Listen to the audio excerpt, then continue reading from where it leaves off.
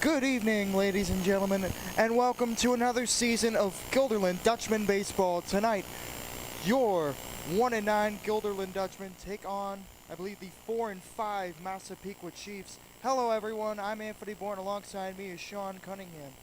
And Sean, I guess we'll start out with this. Do you remember, I believe it was last year, where Massapequa came up here from Nassau County to play the Guilderland Dutchmen? Yeah, it was a bit of a tough game, so it's going to be another one tonight. I mean, Massapequa was coming in this game on a pretty hot streak, coming off a win last time out. Dutchmen looking for their first win at home this season. They have won one game on the road. They have been winless so far in 4 games at home. But today, looking for a new day on the mound. Owen Ballou is going to get the start. And we're looking like we're going to get set to go here as Kenny Guine, the left fielder for Massapequa, is going to lead things off.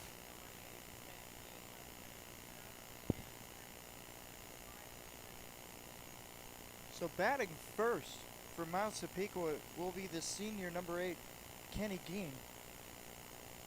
Yep. And here's the first offering. Starts off with a bunt. Hit towards third, throw to first in time, one away. Quick out there. And that's just the perfect way to start a game. We just get one pitch, one out, settle in right away. So first pitch bunted right to third. Nice play by Roddy to be on top of it. He gets the first out. Second now for Massapequa is the designated hitter, the junior, 23, Ben Cohen here.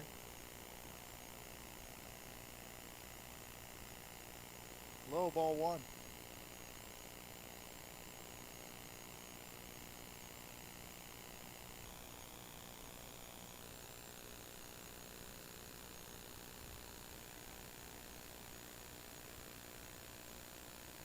Next pitch, hit towards right center field.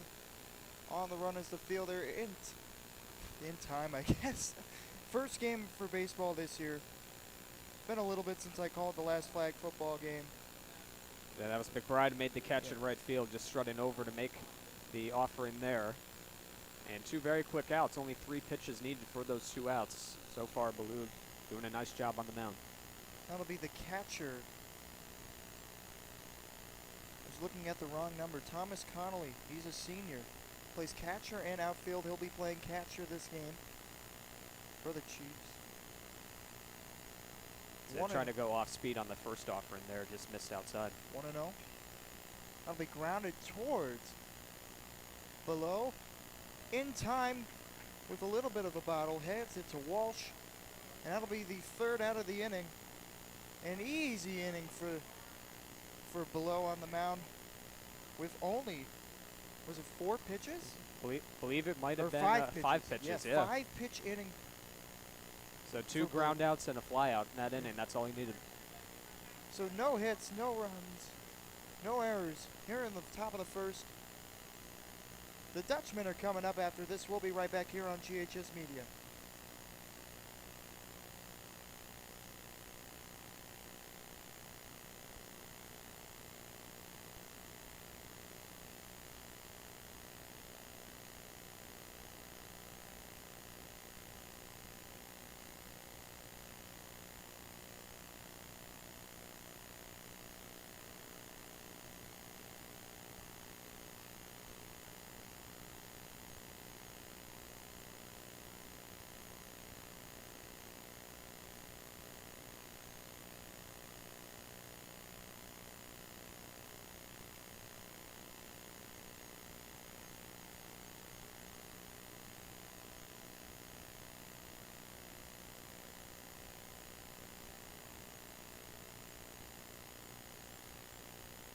We're back here on GHS Media. Here's the starting lineup for your Guilderland Dutchmen. Batting first and in right field, number 2, Paxton McBride. Batting second and in left field, number 14, Travis Berschwinger. Batting third and your DH, number 11, Owen Ballou. Batting fourth and at third base, number 22, Sean Roddy. Batting fifth and at first base, number 45, Christian Walsh, excuse me. I was thinking of the other first baseman, formerly of the Angels. Batting sixth and at shortstop. I got a new scorebook this year. Batting 6th and at shortstop, number 24, Nicholas Scott. Batting 7th and at center field, number 30, James Puccini. Batting 8th and at catcher, number 27, Ryan Conklin. And batting 9th and at second base, number 10, Carter Sweeney. On the mound for Massapequa this game is number 24, Hunter Gaddis. So it's Gillis on the mound. It's going to be. It's rough out here, it's folks. It's the first game, just getting a little bit settled in. So Gillis on the mound for Massapequa, a big, tall left-hander, 6'4", on the mound for the Chiefs today, and he's going to be facing Paxton McBride to lead things off. McBride, the right fielder, hitting currently .214. He's got 3 hits this season. 2 of them have been doubles. He's also walked a couple times as well in his plate appearances.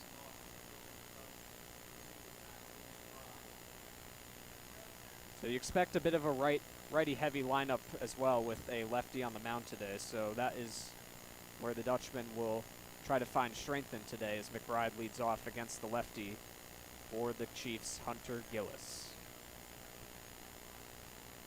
McBride is a senior entering this year.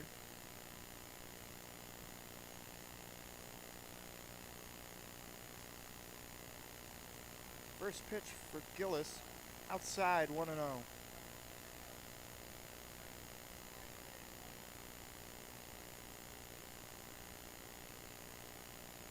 Here's the offering, 1-0. Another pitch away there, 2-0 for McBride.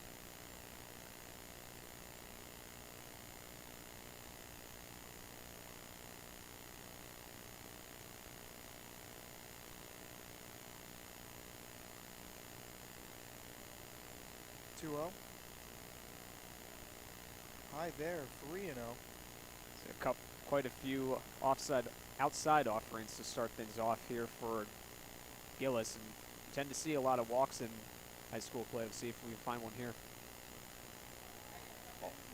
Almost hit him, I think. I think it just. Well, regardless, he is on. Him. He is on base now.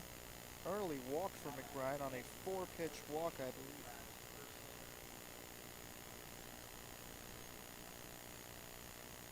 So that'll bring up Travis Berschwinder to the plate. You may recognize that name from the varsity football quarterback. This is, I believe, his first. I don't remember him being here last year on varsity, so this would be his first season. First season on varsity for Berschwinder. Strike on the outside, 0-1.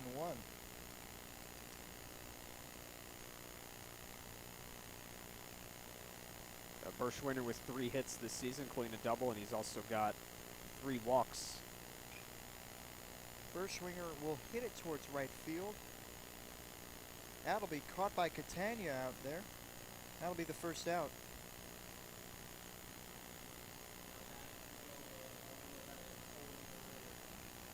Owen Ballou now at the plate. Also the pitcher in today's game.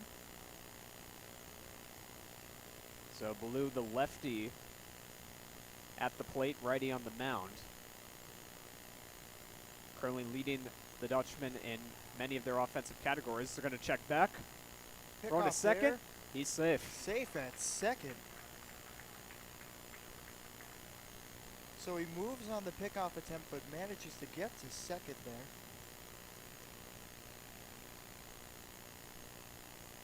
I'll call that a stolen base right there.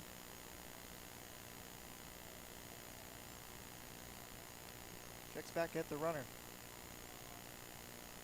Pitch from Gillis. Breaking ball away. 1-0. So Ballou, by the way, the only member of Guilderland so far with an average over 300 to start things off. He has 11 hits on the season. And he takes that one right in the back. That one hit him. It is kind of weird this year because normally if we were doing a baseball game, we would be outside in the elements, sitting next to the press box. This time, we're actually in the press box. Yes, we are. We have a very good facility here to use for our games, so we thank all the members that are able to make this possible so we can broadcast these indoors and utilize the booth to its fullest. Sean Rowdy at the plate fouls it away. 0-1. It's a really good spot here for Guilderland. You have a pitcher on the mound who's struggling to find some control early on. You got a runner in scoring position. You got a good hitter at the plate, so you got to make sure to make these opportunities count.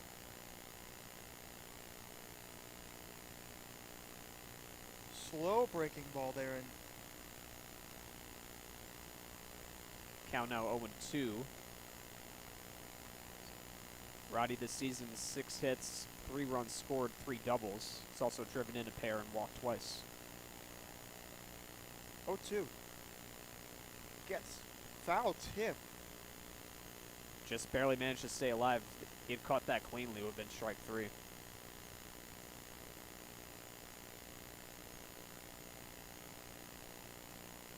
So Rowdy gets another life here at the plate, still 0-2 to him. Gillis has the sign, checks back at the runner. Here's the pitch. Swing and a miss, strike 3. Gillis with his first strikeout of the game. Christian Walsh now coming in, the first baseman.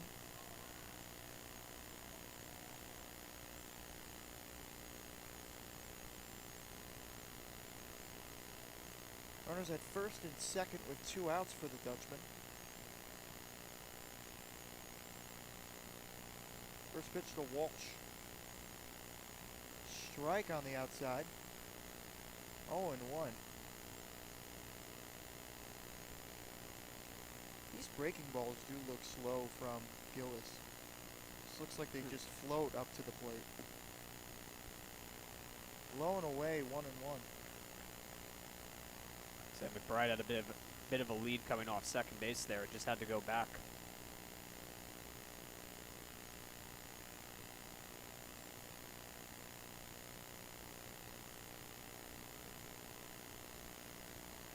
Gets away. That is a wild pitch away over the head of the catcher. Runners will advance 1 base. And so now there will be runners on second and third with 2 outs for Walsh. Early chance of scoring some runs here. Just got to make sure you look for the right pitch right here. Just 1 base hit in the center, scores 2. 2-1. That's fouled back towards the screen. 2-2 now for Walsh. And Walsh has driven in a pair already this season. He has a chance to drive in another pair right here. Has his sign. Pitch inside, ball 3. Another pitch that almost came inside and hit Walsh right there. Seems to be a little wild to start this game. Maybe it's the fact that they did have a long bus ride here. Swing and a miss, strike 3. Walsh will strike out swinging. No runs, no hits for the Dutchman. 2 runners left on base. We're entering the second inning, still scoreless, 0-0 for both teams. Now I'm going to continue before we cut to break. Again, they came from Nassau County, close to New York City, Long Island area. It was a long bus ride here. I remember last year, I think they went to West Point for something, and then they went up to Guilderland. I don't know if they did that this game, but... Now, last game, I believe, was an away game, but it wasn't that much farther from here, so it was... I don't remember. I thought we played Massapequa last year. I believe we did, yeah. Right. So with that in mind, again, 0-0, scoreless tie. We'll be right back here on GHS Media.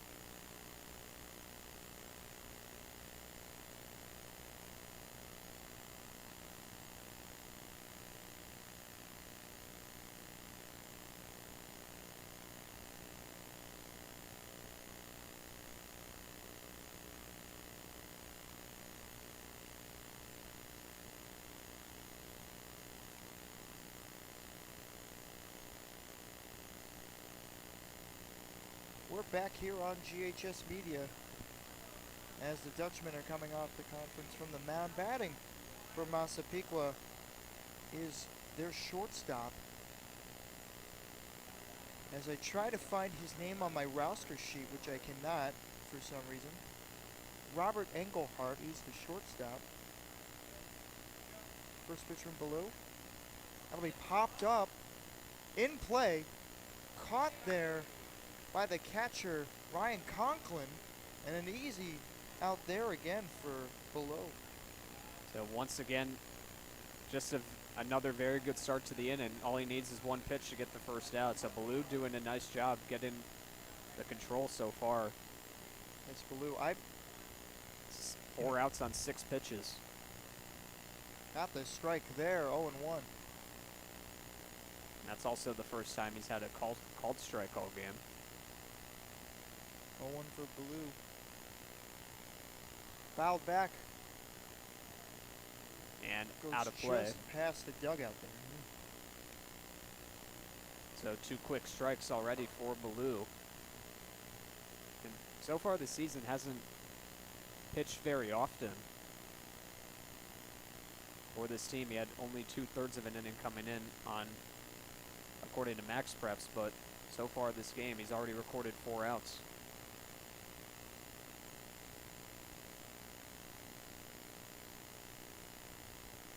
Oh, 2. Line up the middle. That'll be a base hit for Engelhardt.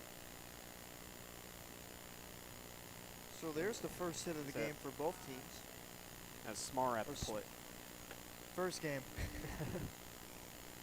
Yeah, just very nice job there by Smart, just getting it up the middle there.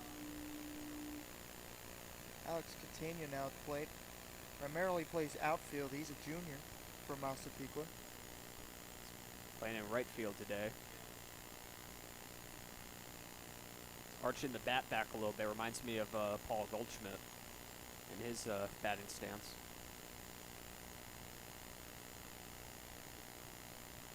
That's more like Labor. Yeah, sort of as well, yeah. Swing and a miss. 1-1. I mean, if we're talking in terms of current Yankees, that could be a bit of a comparison to Goldie, but if we're talking about current Tigers, we can use Glaber there. 1-1. Strike there. It's a good location on that pitch right there. Just got the inside part.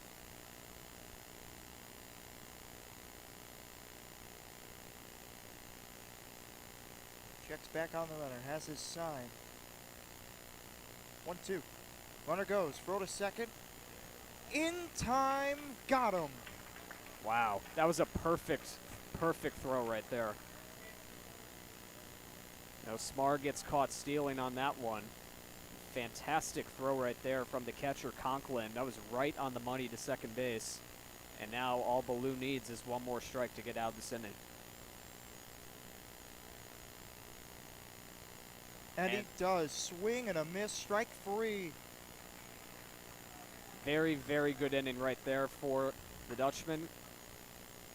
First pitch is a foul out, then a single up the middle. Caused a little bit of tension there, and then the caught stealing energizes Baloo to get out of that inning unscathed. So very nice job from him and the defense as well.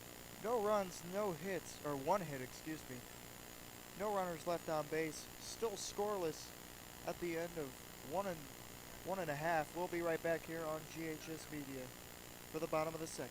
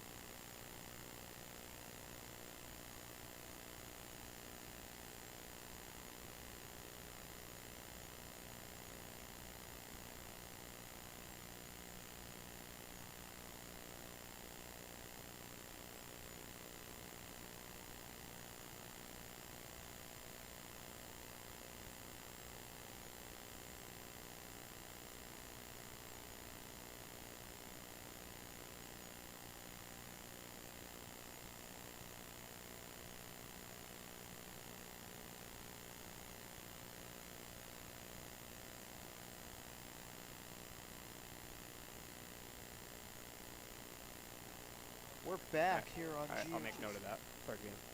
Fourth. Okay. We're back here on Thank you. GHS Media. Sean talking in the press box here. Number 24 for the Dutch, Nicholas Scott at the plate. 1-0 for Scott. Next pitch. That hit him. So second hit by pitch for Gillis today. It's another hit batsman already for the Massapequa starter. So I'll bring up the newest member of the Dutchman varsity team. So James Buccini, the center fielder, recent call-up from the JV team. This is his fourth game of the season.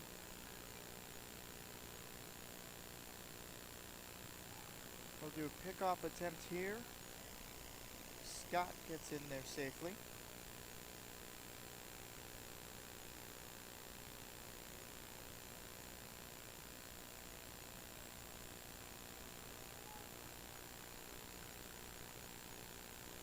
This pitch inside.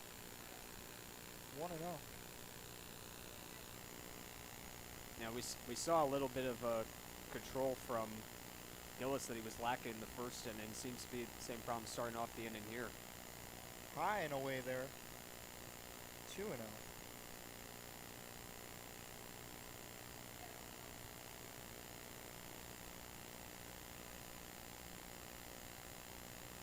To Buccini. Strike on the outside. 2-1.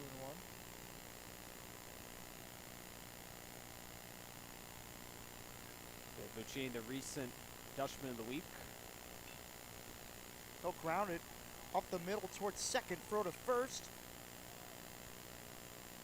And In they stay in time, yep. So Scott will move to second. And that was a little bit of a jam shot on Buccini right there. Got a little bit of it up the middle, but it's a good enough play where you can potentially get a runner to move up on that, and that's what they did with Scott moving to second on that one. So Ryan Conklin will now bat. Had a nice throw out of a runner towards second in the top of the inning. So it's 1-0 now.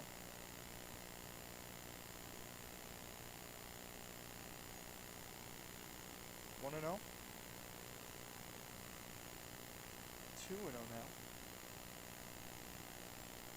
Yeah. Conklin does walk quite a bit already this season with 5.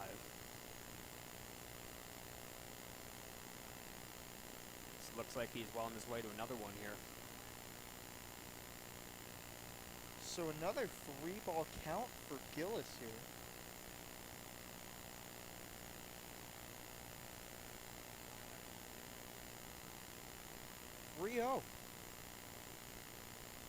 Gets a strike there, 3-1. Able to stay in the zone with that low offering right there. It's just how we're trying to stay in this count right here. There's Scott at second. 3-1. That's upstairs. Ball 4 for Conklin. Second walk of the game. 5th base runner. Or 4th base runner, excuse me. And so far this game, Guilderland with no hits on the board, but they are finding ways to get on base. So far in this game, they've had a couple walks and a couple hit batsmen as well. Now batting is McBride. Or Sweeney. We're about to get to McBride. If all goes well, he'll be back up again.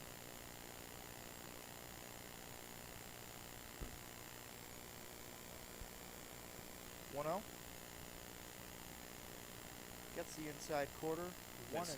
1-1. Yeah, saw Sweeney leaning away from that one a little bit, but it did catch the inside part of the plate right there.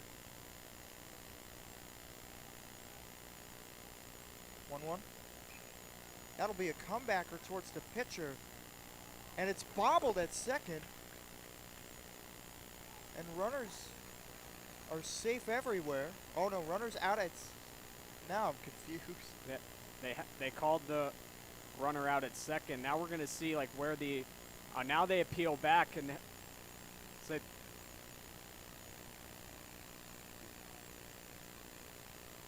now I think they might be saying there was an out on the transfer, but the Even fielder then, didn't I touch don't the second think base. so. Yeah. Well, I don't know if he can still tag him. Yeah. And the out signal has just been made, so yeah, a lot of us are confused right now. We don't know what's gonna come from this. So Conklin will be. No, Sweeney's at first, and Scott's at third. I think that's where it is right now. Runners at first and third for the Dutchman. Yeah, that's where we are going to stand right now. So a very weird sequence of events right there, to say the least. We weren't sure like what runners were going to go where at first, but we do know now we'll be runners on the corners with 2 gone. And so now McBride will be up, hit towards second, throw to first. In time, that'll end the inning. So no hits, no runs, no errors, 2 runners left on base. Still scoreless at the end of 2. We'll be right back here on GHS Media.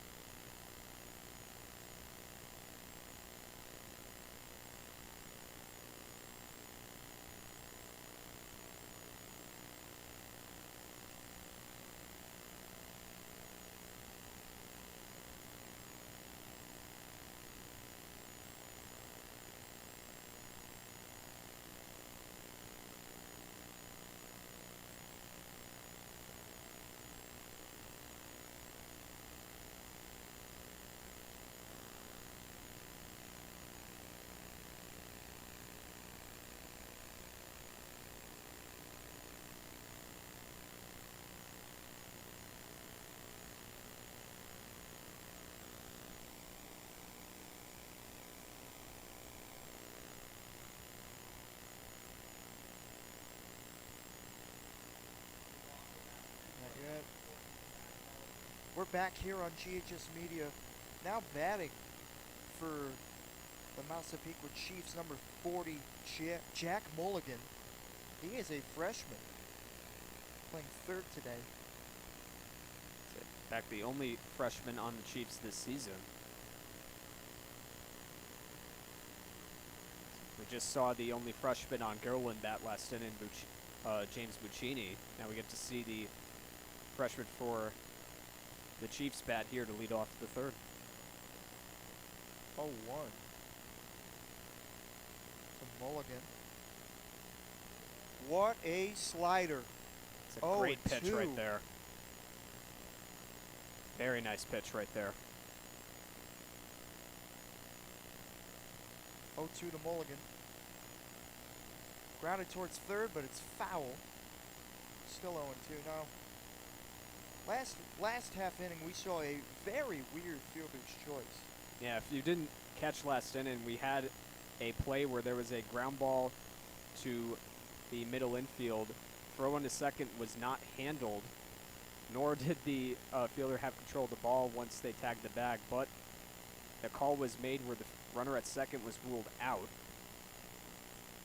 And we had a very confusing set of events that went on during that inning, and if that call did not stand, there was a chance that the Dutchman could have been up with the bases loaded and had a chance to drive in a couple more runs there, but very weird set of events that I don't think I could even describe very properly there. It was just a weird moment for everyone who was watching right there. Catches the corner on the outside. Strikeout looking for below. Keep saying his name wrong. It's just, I gotta remember it's more like balloon. So that's the second strikeout for Baloo in this game. It's his second consecutive, actually, dating back to last. Longatano now up. He is a junior. Strike on the outside. 0-1. So far this game, Baloo has faced the minimum 7 batters so far. So there was also a runner caught stealing following a single in the second inning, and then after that, on the next pitch, he got Catania to strike out. There's that slider again, just outside, 2-1. Now I said earlier in the game that I thought that Massapequa played here. Apparently they did not, so that's why I got a little bit confused. But I do remember Longatano, I believe, from 2 years ago when he played here. So it would have been a freshman back then, but we have a game against them every year. It just alternates location. So we had an away game last year. This year we played them at home. 2-2. That'll be low. 3-2. So full count here for Longatano.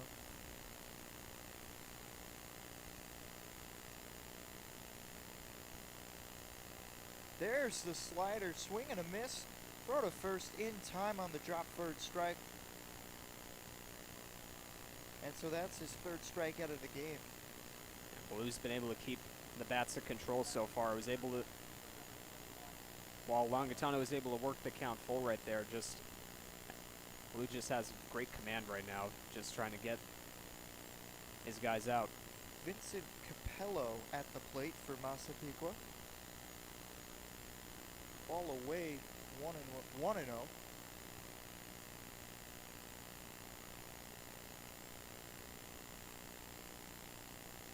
There's the slider again, 1-1. Just dropped it right in the bucket, right in the middle of the zone. It is just a nice pitch he is. There it is again, fouled back. Didn't have as much break on it that time, so saw Capello able to get a little bit of a piece of it, but our media director almost got that one too. He's now giving the ball back. I don't get that part. We put Mac to work in more ways than one down here. 1-2. Another one fouled back.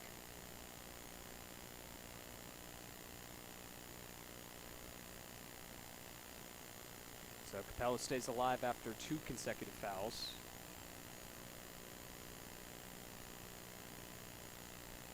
One, two. Swing and a miss. Strike 3. So he strikes out the side there. No runs, no hits, no errors for Massapequa.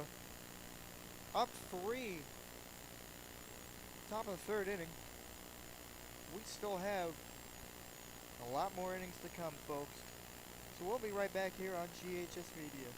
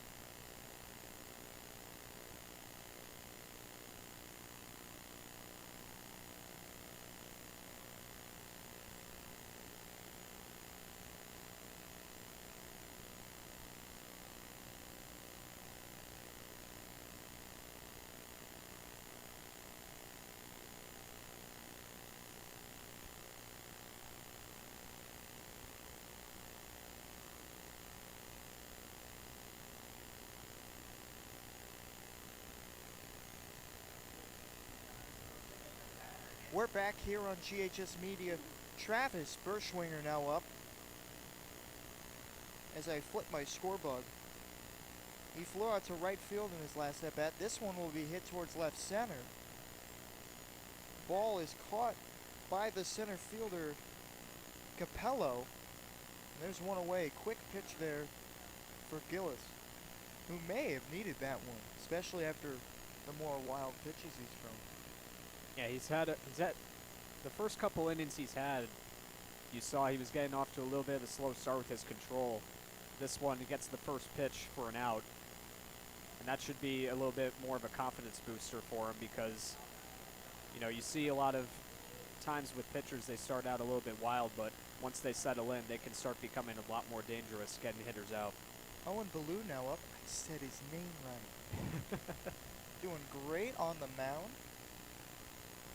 Got hit in his last at-bat. Almost gets hit again on a breaking ball over his head. So it'll be 1-0.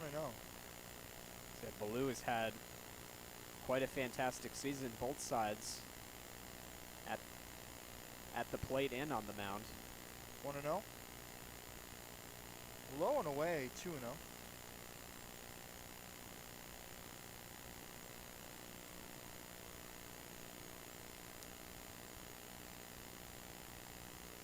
From Gillis, high, 3-0. And Ballou is also quite a good hitter, so he's trying to approach him pretty carefully, but he is very close to reaching for the second time today. Takes that one. 3-1 now for Ballou. I like to play my pitcher wind-up look-alike game with a lot of the players either on the team or on the opposing team. Ball 4 now for Ballou, his second time reaching on base today. And now I've been playing a lot of MLB The Show, because the new game came out about a month ago. And I think Gillis's windup more so looks like Noah Schultz, especially in that game, the White Sox prospect pitcher. Sean Roddy now at the plate. Runner goes. Still, Roddy swings at it. Stolen base there for Ballou. And a very quick send over to second right there as Ballou able to reach safely. There was a little bit of a late timing on that throw right there. It may have been as a result of the swing, but either way, Ballou able to get in safely with the stolen base. It's the second one today. Foul back towards the screen, almost clips it, or clipped over it.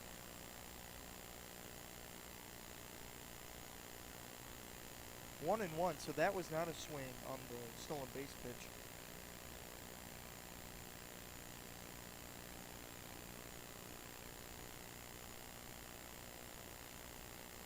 One and one to Roddy.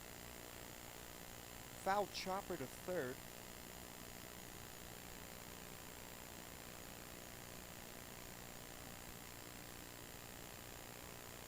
Now, I do have to say, I always like calling the baseball games. I think they're more like relaxed and laid back compared to calling football. Yeah, but there seems to be a lot more constant action that goes on, even though there is a bit of a pause in play. It's definitely a lot more fun. Popped out towards Long Hitano. He'll make the catch. 2 away here for the Dutch. Yeah. I shouldn't say just a lot more fun in general. It is for me because, you know, growing up for myself, I always enjoyed going to baseball games quite a bit. It's always been my favorite sport to call. Correction here, that was Smar on the catch. Still 2 away for the Dutch. Yeah. And now Walsh will be up, struck out in his first at bat. Foul back towards the screen. 0-1.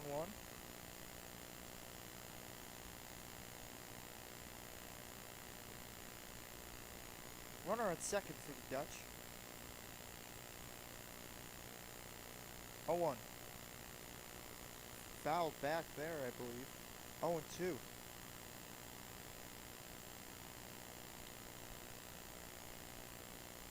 So Walsh staying with those first couple pitches, just not able to get the ball in fair play here. How's the sign? Here's the pitch. Time called.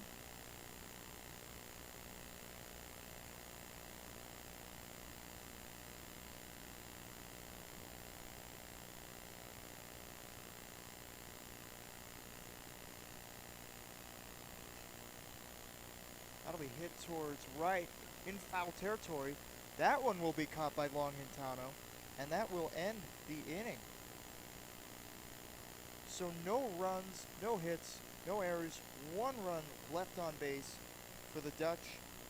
We will be right back here on GHS Media.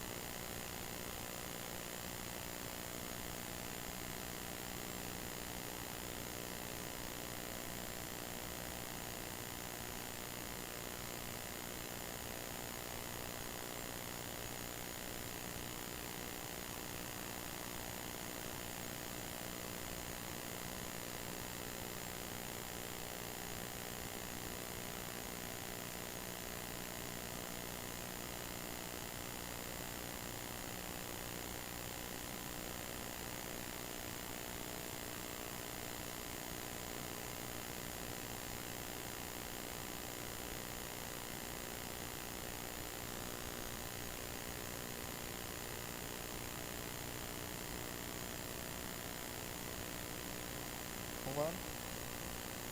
Now we're ready. We're back here on GHS Media. Kenny Geen now at the plate. Bunted towards the third baseman. He got out on a ground ball. That was back during the first pitch of the game. This time he doesn't offer, takes one low. And so far a good day on the mound for Baloo. Struck out his last 4 batters. Just low on the breaking ball. 2-0.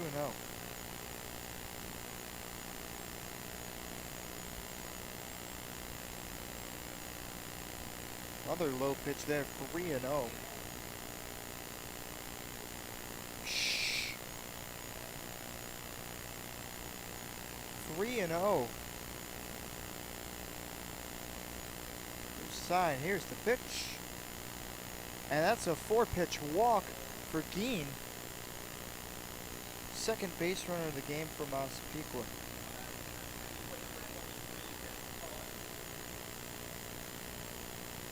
So Cohen will now be up, flew out to right field in his first at bat. Now they're going to meet on the mound have right a now. conference, yeah.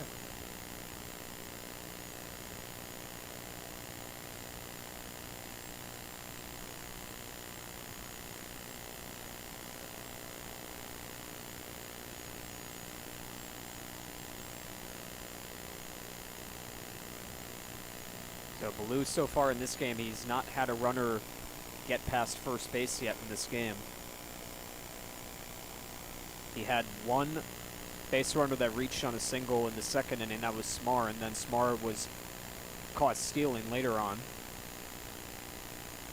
And then for this inning so far, we have one batter in, Geen, drew a 4-pitch walk, so. I just think they're trying to calm him down a little bit. In this situation, it's still just a scoreless game. It's far from over for both sides here. They need to get every edge they can get. And I mean, you can correct me on this, but he hasn't pitched a lot this year either, so maybe it's more of like a stamina thing. From the stats I've seen online, he hasn't. But so far today, he's done very well. That one backhanded pretty nicely in the dirt by Conklin. So return to the mound. 1-0 the count to Cohen.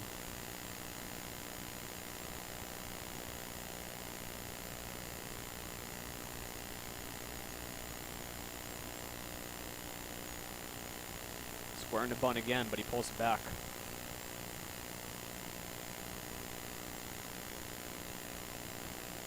Runner at first for Massapequa. 2-0 the count, no outs. In the top of the fourth.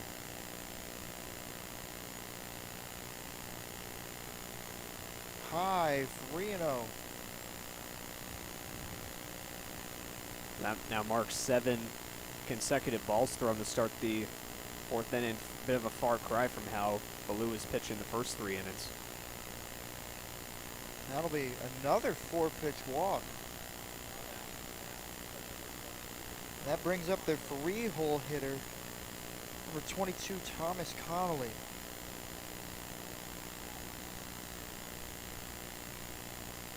So Connolly, the starting catcher today, but he also can play the outfield here.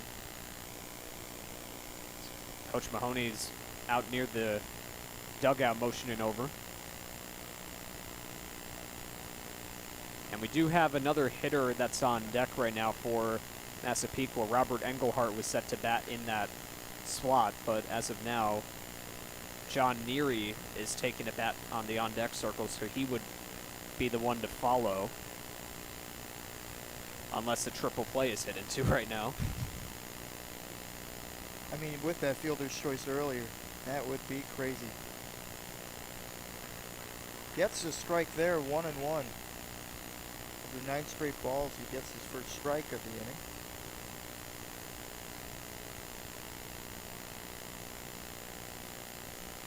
One. Another strike. 1-2 to the 3-hole hitter from Massapequa. So it's just a matter of trying to find the control right now after the first couple batters here.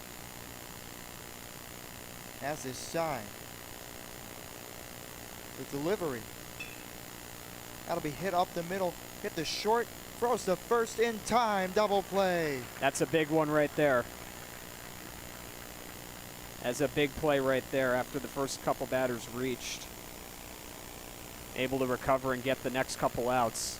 And now just one and you're home free for the inning. So that will move Geen to third. So Neary will now bat for Engelhart here. Neary is a shortstop third baseman, junior from Massapequa.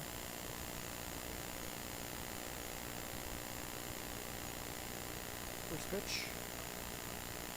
Just high, 1-0. Which one's that again? That's it. 2? -1, yours is 2. 1-0. Strike. 1-1.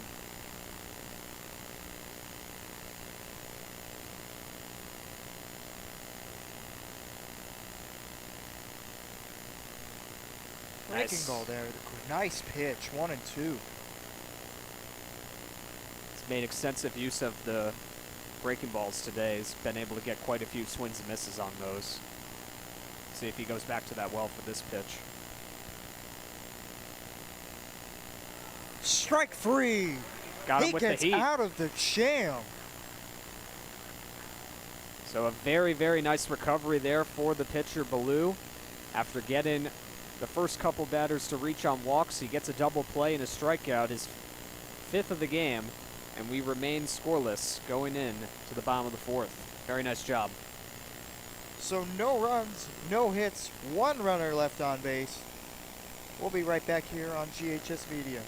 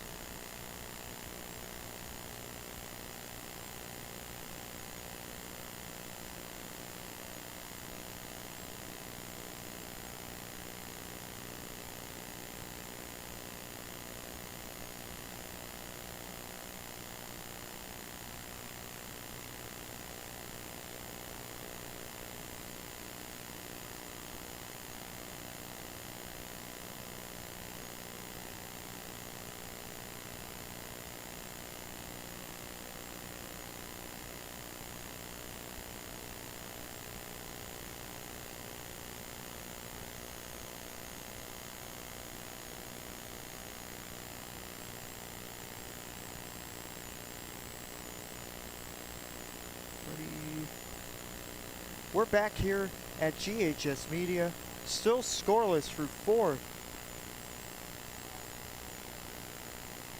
And now batting for the Dutch is Nicholas Scott. I'm looking at the wrong roster. So Scott got hit by a pitch, advanced to 3rd, but did not score in his first at bat. 2-0 count to him now. That'll be hit towards the screen. A lot of those swings in this game. But fouled back to the screen. Yeah. Buccini was trying to go out in the on-deck circle, looking to catch it with his bare hand right there. 2-1. Inside, 3-1.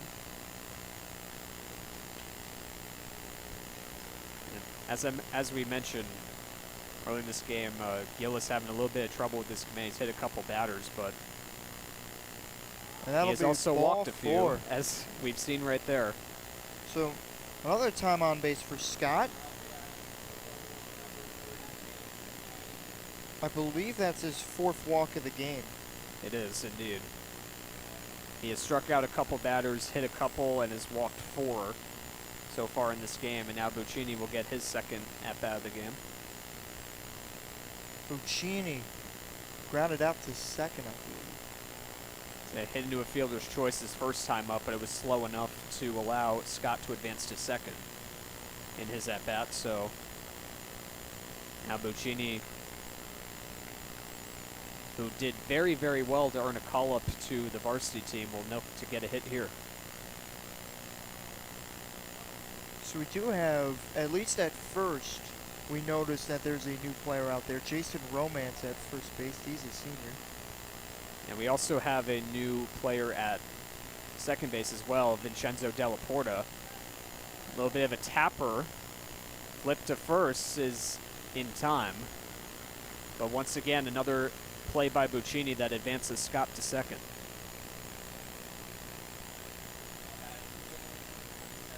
You're going to need me to get that one on my scoreboard. Ryan Conklin now up for the Dutch. Conklin walked back in the 2nd inning. This inning which had the beginnings of a potential Dutchman rally, as does this one, as there's a runner in scoring position again.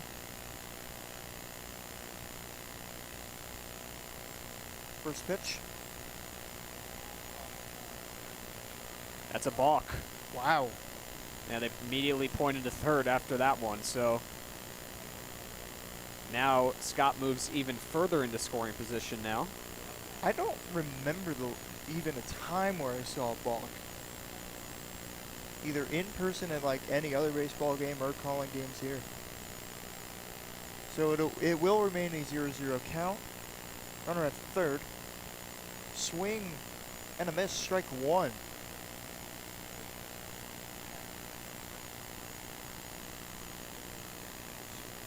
So there is Scott at 3rd base. Nice strike there from Gillis. 0-2. And was able to paint the plate very well with that pitch right there. And this is a pivotal pitch right here. Just got to make sure he gets it. And that's a wild pitch. He will score.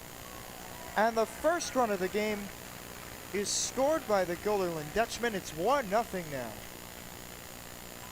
And we've seen a couple of those wild pitches as well. There was one back in the first inning as well that advanced McBride to 3rd and Ballou to 2nd. And that one proves costly right there. It was one pitch away from getting the strikeout and potentially getting the 2nd out.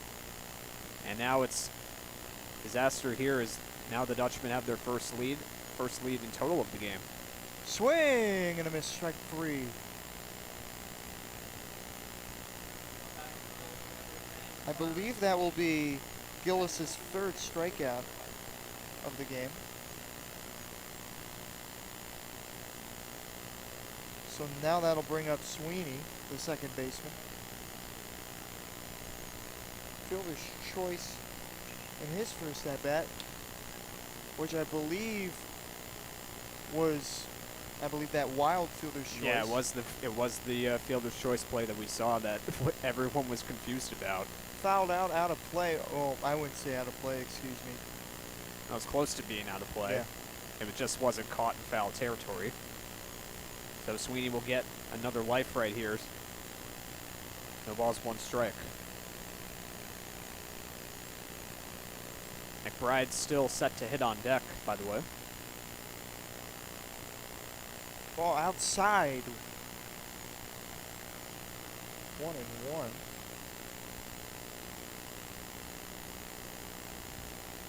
And it'll be interesting to see what happens next inning as well. And that'll be lined to right field, and that's over the head of the right fielder for a base hit. Sweeney will round first, headed to second, sliding. He's got a double. And that's the first hit of the day for your Dutchman there. Nice piece of hitting in the opposite field. Just got a little bit over the glove right there for Carter Sweeney, and that's a very nice hit. Start things off maybe for another potential late 2-out rally. I think there was also a sub out there as well. Yeah, I didn't see a number 1. I think that was either Anthony Conza or Chris Sultana out there. I knew it was a 1-5 or a 1-6 out there. Yeah, Massapequa has made quite a few defensive replacements. We are going to be seeing their first at-bats next inning. And for now, we see McBride at the plate. Strike on the outside. 1-1. So McBride has walked and he's also grounded out in this game. The smell of concessions has now hit the press box, ladies and gentlemen. 1-1 here. Swing and a miss. Strike 2 to McBride. It's a little bit of off-speed movement on that pitch right there. You saw a little bit of a curve as it went towards the plate. McBride just not able to catch up to it. Forgot to add McBride walked and grounded out to second. He might do the same thing here, throw to first in time. And that will end the inning. 1 run, 1 hit, no errors for the Guilderland Dutchman.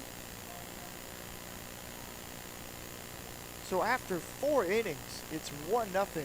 Guilderland will be right back here on GHS Media.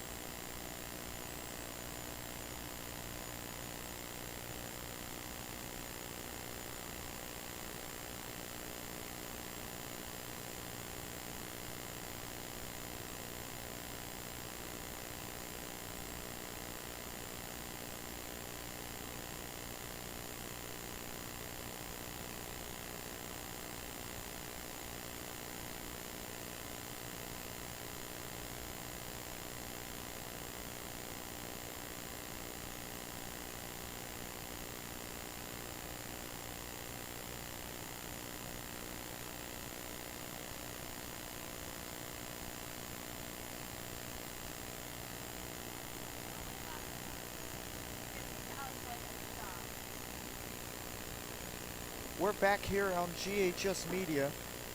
Kyler Ackert now in the game for the Dutch at pitcher. Blue leaves the game with 4 innings, 2 walks, 5 strikeouts, 1 hit, no runs unearned. And definitely a very good day on the mound. Guy had only pitched one other time this season coming into this game, and he shut down a very good Massapequa lineup across 4 innings while striking out 5. So a very nice performance for him today.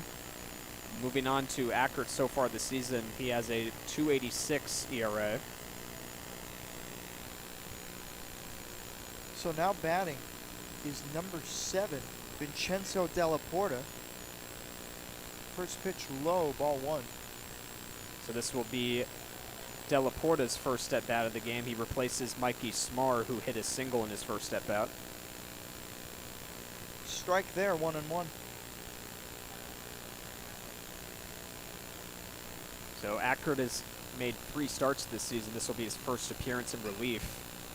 That'll be lined to right field, caught. Oh, it's dropped out there in right by McBride. Throw in the second.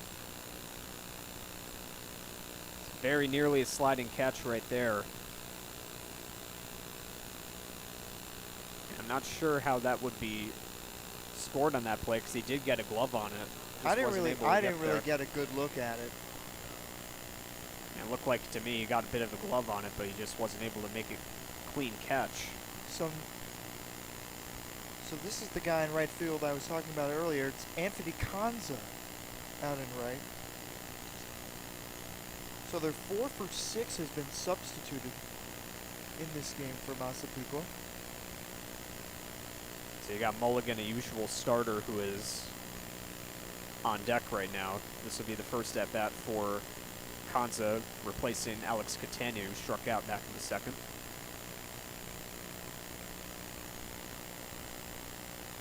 A 1. That'll go away from the catcher.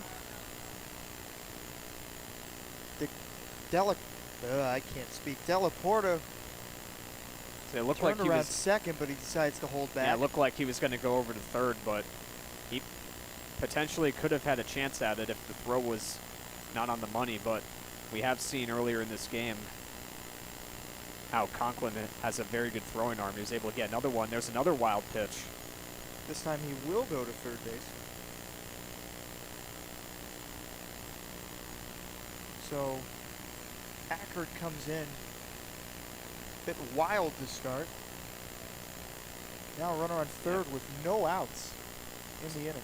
Yeah, looking at Ackert's stats so far this season, he's walked only 5 batters, but he's struck out 21, so a little bit uncharacteristic for him on the mound so far today. Gets the pitch on the outside corner. 2-2. And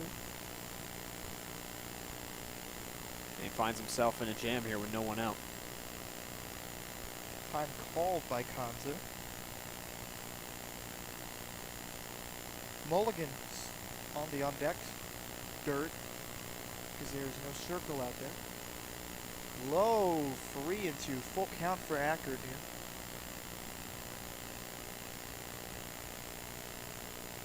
And there's also going to be a pinch hitter coming up for Longitano's spot. That one's fouled away. Jason Romance was in at first base last inning. He has grabbed a bat and is near the on-deck area. So he will follow Mulligan to the plate. Not sure if Capella will be hit for here, though. Now maybe we can talk about this in a second. We'll wait for this pitch to go through. 3-2. Fouled back. Now, when I played Little League and Cal Ripken ball, sliding mitts were not a thing. I don't get sliding mitts. I just wore my batting gloves and called it a day. So yeah, you've seen it happen a lot throughout all levels of baseball nowadays. You never saw those before, but you always see them a lot now. Grounded to third, just foul. Wow. How's the outstretched dive of Roddy? Very, very close right there, but you know, if could have spelled a little bit more of a disaster there if Roddy, if it was a little bit more fair and Roddy couldn't get a clean shot at it. But luckily for the Dutchman, it goes foul, but still a full count.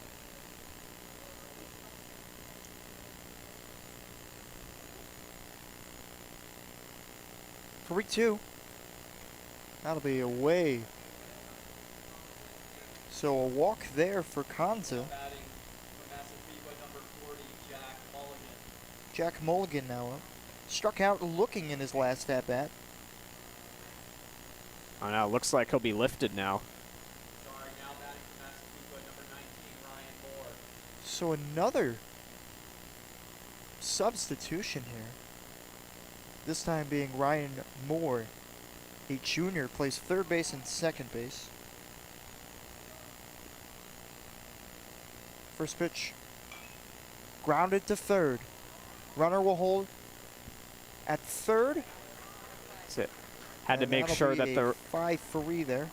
in some cases you just have to make sure that the runner stays in that position, because it's only a one-run game. You see how they're threatening right now. You don't even, well, you have to think about what play you're going to make, and that's a smart play right there. Just make sure the runner is going, then make the throw to first. So good play right there to get Moore out. And now this will be the first at-bat for Romance at the plate. Low stance for Romance. You know, of him being a first baseman, he does remind me of Jeff Bagwell a little bit. With the stance even, yeah.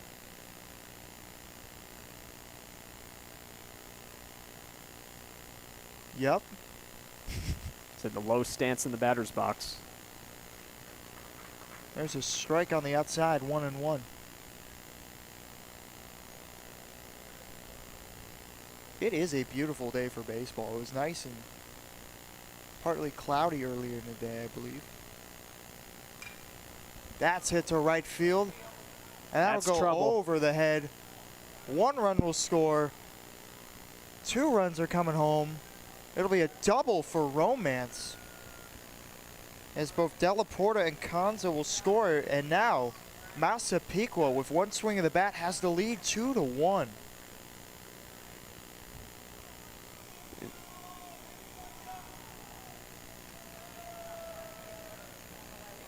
I mean, you saw right off the bat that hit was going to be trouble. It went right over the head of the right fielder, McBride.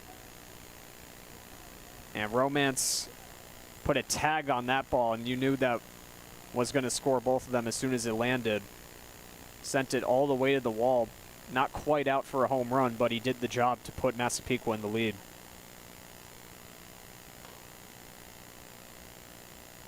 High and in, 1-0.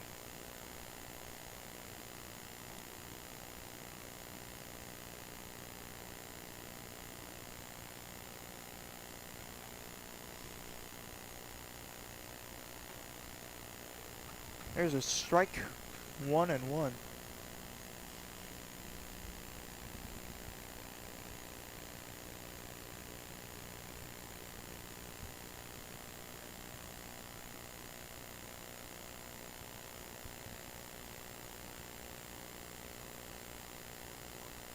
High, 2-1. So it looks like they're trying to creep back toward Romance at second base a little bit right there.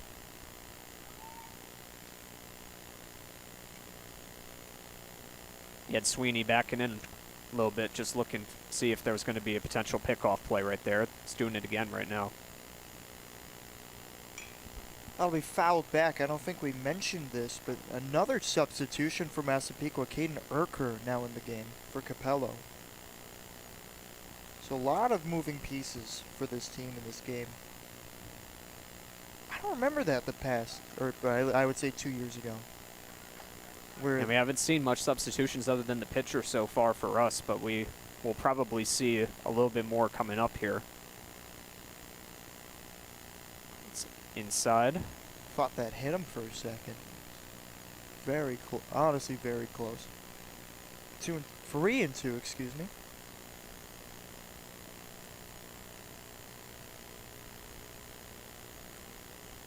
Urker getting the directions now from the Massapequa coach. Once again, the count is run full. Does not get it, and that'll be ball 4.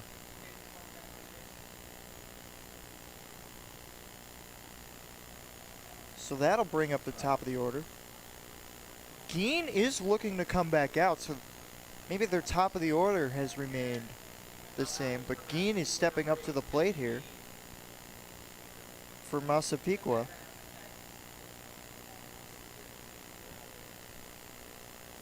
Has a walk, grounded out to third base, 0-1 today. Catcher now, that being Conklin, trying to calm down Ackert here with a mound visit. 6th batter of the inning for the Chiefs. And now I think another substitution will be made, as the head coach for Massapequa, I believe, is Tom Sheedy Jr. now talking with the umpire. The game was just sent back to the bench for now. We're not sure if he's going to come back out, if there's going to be a pinch hitter. Now looks like we are going to see another one. I mean, that's Cohen swinging out there. I'm trying to see from the back of the number, has a 0 on it. Looks like it's going to be Thomas Harden coming up. That's a bit of an, I mean, yeah, that's a little bit interesting for him being 10, because on our rosters he's listed as a pitcher. Now the thing is, that could also be a substitution to bring him in to pitch during the game as well, because Gillis has also pitched 4 innings thus far.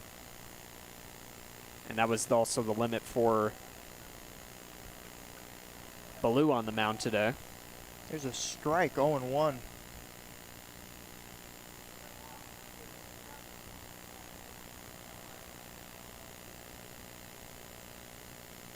So yeah, I'm running out of some space on my score sheet right now. Me We have too. had a lot of substitutions thus far. For the Massapequa side, we are likely to see potentially some for the Guilderland side, but so far we've seen a new batter in almost every single time this inning, and they have come through. Ball on the outside, 2-1.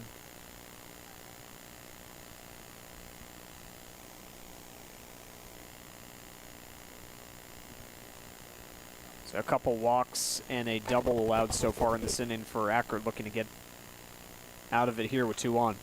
Harding fouls it back. 2-2 now.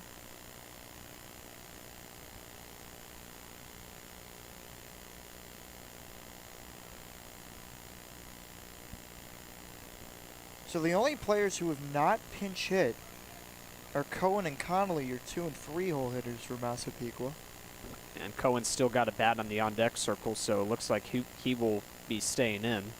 But then again, Geen thought he was going to go in. Yeah, we've had a couple players that thought they were going to go up this inning so far, and then they were both called back. Sort of reminds me of the time when Daniel Descalso was making his Major League debut for the Cardinals, thought he was going to get his first Major League at-bat, and then at the last second, he was pulled back to the dugout, didn't get a chance to bat after that. Pitch was low there. 3-2, full count for Harding.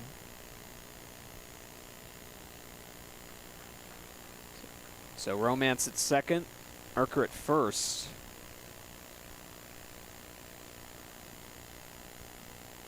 And here it is. That'll be hit towards left field. And foul.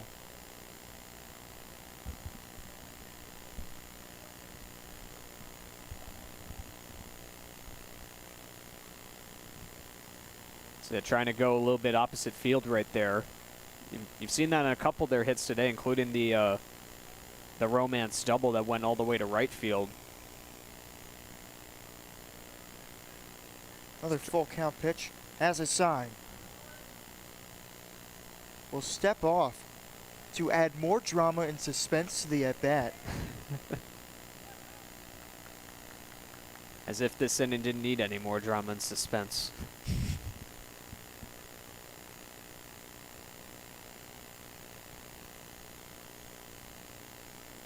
Has a sign, full count.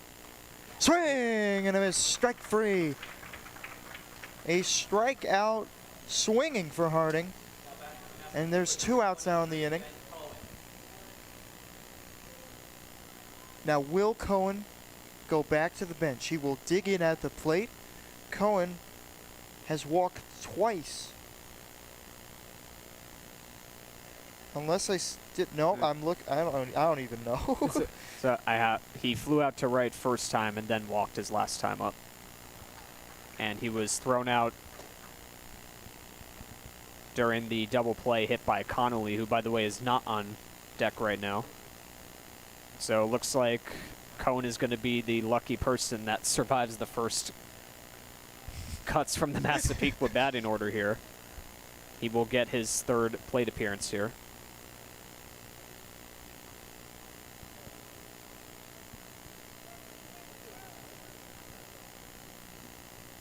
One fouled towards the screen. Trying to see. That's Anthony Danello who's on deck for Thomas Connolly. He still has the catcher gear on just in case. Has the sign. 1-2. Swing. Oh, I don't know why I went with the swing and the miss. Strikeout. Looking getting a little bit accurate. excited there. There we go. 2 straight strikeouts to end the inning for Ackert. He gets out of the jam, but not before a couple runs cross the plate for the Chiefs. They now have the 2-1 lead. So 1 hit, 2 runs. I will say 1 error for the Dutch, although I'm not the official Seemed like it was pretty scorer. close. Seemed like it was pretty close on that play. But there were a couple walks and a couple runs that came across the plate. We're going to see if the Dutchman can rally starting in the bottom of the 5th. I believe 2 runners left on base. 2 runners were left. So 2-1 Massapequa entering the bottom of the 5th. And you know what? We might as well just stay on here because we have got a new pitcher on the mound, another lefty, being Sal Apap. That's it. So regardless, it will be a new pitcher in the game for the Chiefs after Hunter Gillis started the game. Only allowed 1 run, but did allow quite a few batters to reach base in the process. He was able to control the at-bats, limit the damage, and he is in position for a win at the moment, but as the Dutchmen have seen so far, the bullpen arm that came in just lost the lead, so we'll see if the case also lies with the new left-hander for the Chiefs, Apap coming in.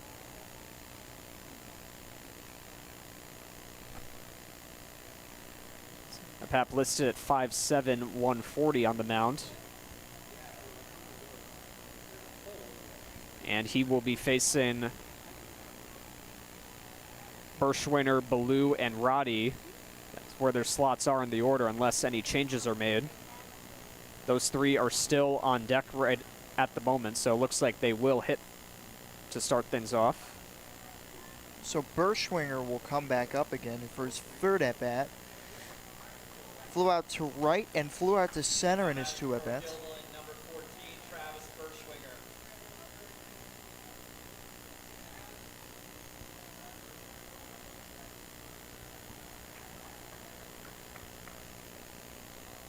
First pitch from Apap. We'll go with that. Swing and a miss, strike 1.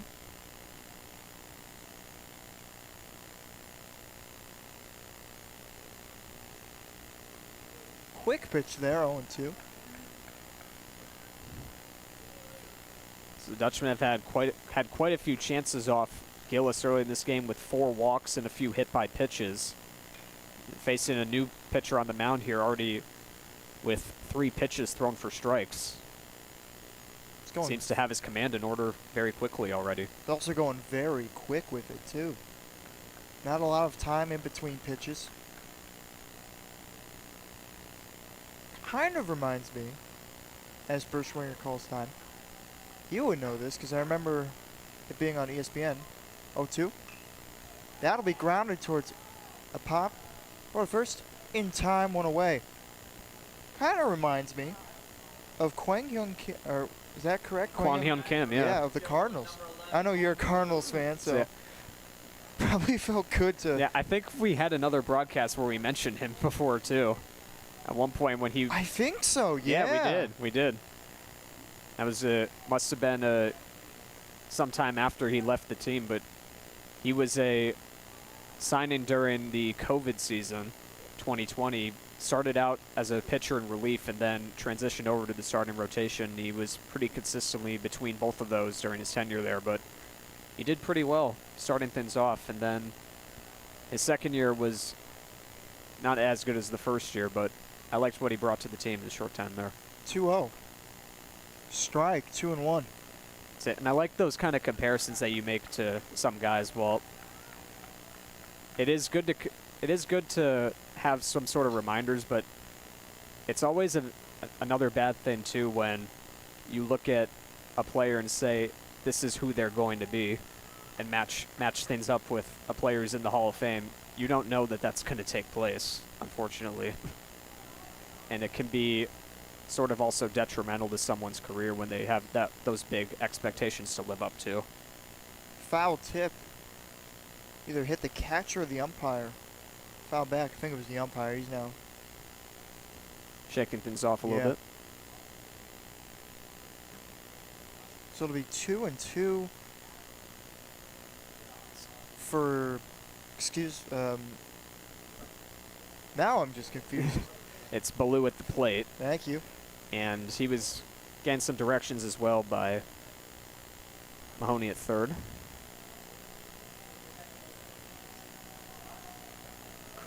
Crowd getting a bit rowdy, either from the bench or behind the plate. 2-2. Swing and a miss, strike three. Strikeout swinging for Ballou. And that's the first time he's been retired today. He had a hit by pitch and a walk, and also stole a base against Gillis in his 2 trips to the plate. So that'll bring up Roddy. And this is a guy who was unsuccessful against Gillis in his 2 plate appearances. He had a strikeout in the first and flew out to right in the third. Foul back. Another one where it almost went over the screen. It's a little bit close right there. Some of our camera operators saying over there. Don't worry, you probably won't get hit through a window. 0-2 to Roddy. It's another one out of play. This time not near us, so we have no problems with that one.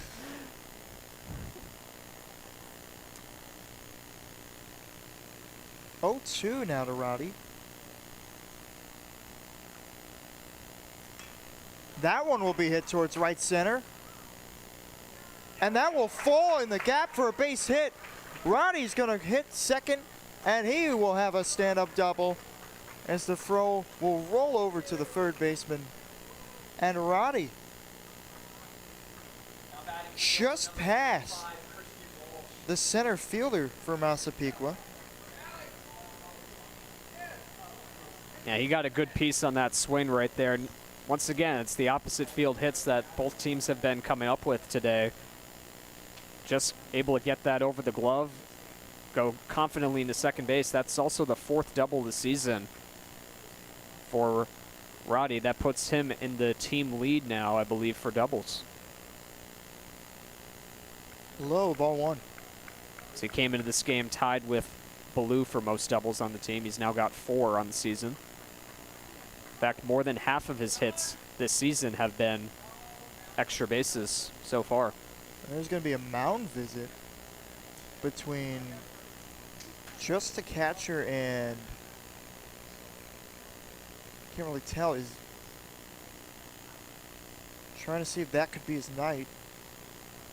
Now, he's already thrown a pitch at this point. I don't think that they would be making that sort of switch. But it's a little bit of a general meeting on the mound. They're starting to warm up some players out there. Yeah, I saw Justin Graham warming up. So he might be coming in soon for Massapequa. But they're just going to stay with a pop here. Ben Cohen, who's the DH right now, is also going out to the bullpen maybe to help warm a pitcher up right now. Fouled back.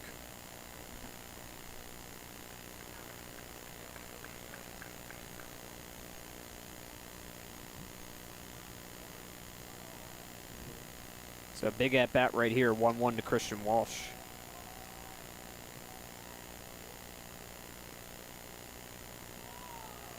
Just inside, 2-1.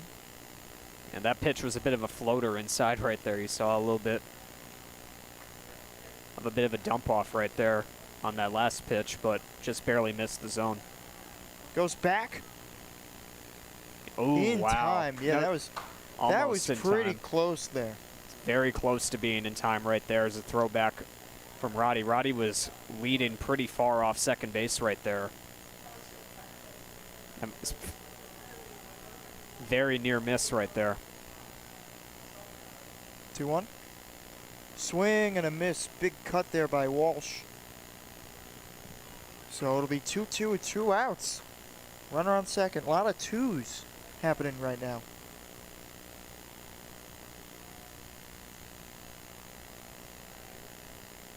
With 22, Roddy at second. Yeah, really a lot of twos.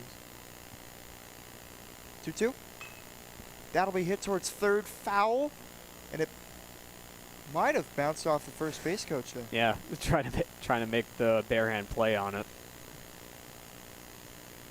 So there is Roddy at second.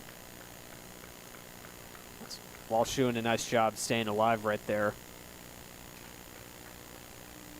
On that pitch, a hit right now is very crucial, keeping him in the game.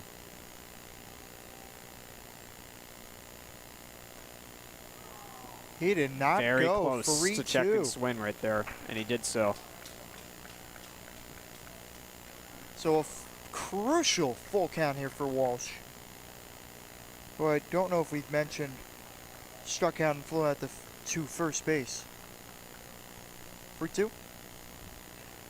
Low and in. Ball 4. Walsh will get on base for the first time this game.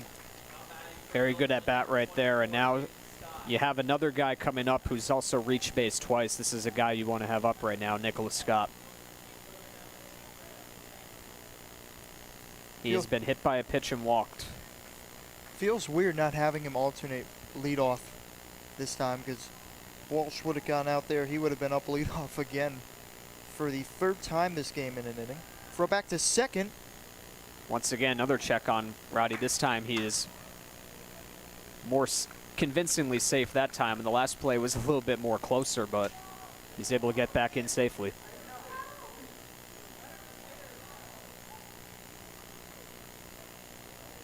One-zero.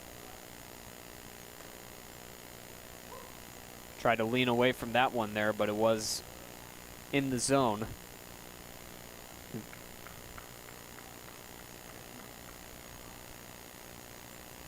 Count 1-1. 1-1. That'll be hit, fouled off, out of play.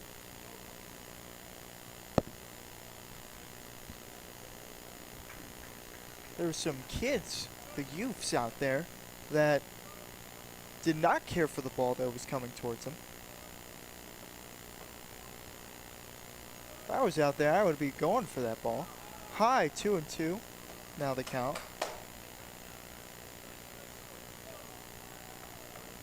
Sir, I'm trying to call a baseball game. 2-2 count. Crowd now getting a bit energetic here. Big pitch coming up. 2-2. Did he go? No. Checked his swing successfully again. Full count again.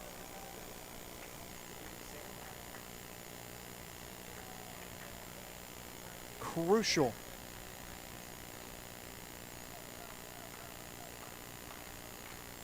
Has a sign, pick off.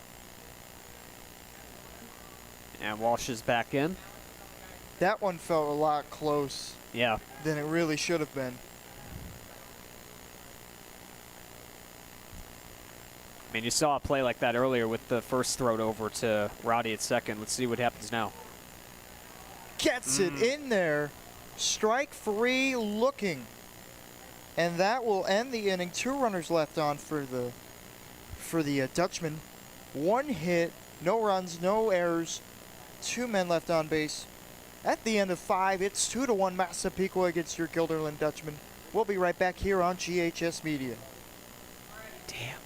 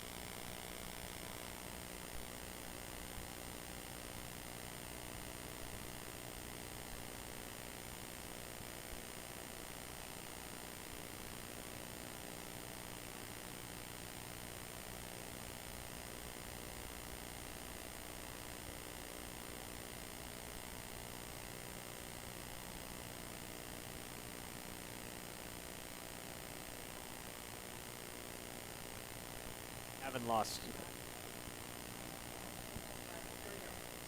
We're back here on GHS Media, 2-1 Massapequa.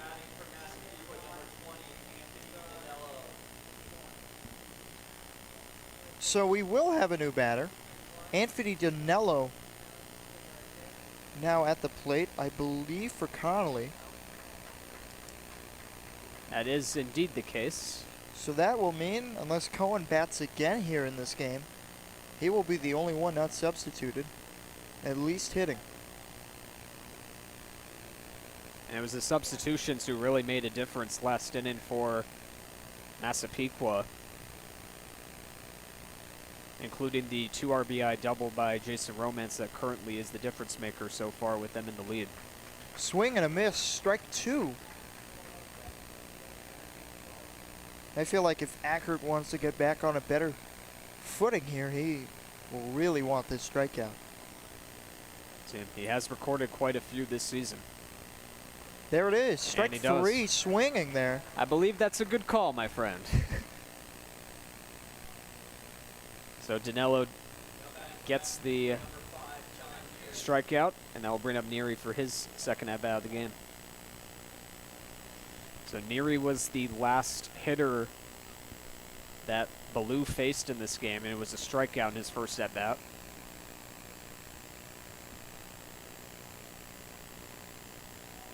Tries for the bunt. That'll go behind the catcher. And Neary with a bit of an interesting stance as well. Keeps his hands very close near his shoulders.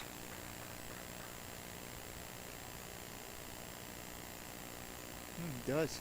1-0. Low and in, 2-0.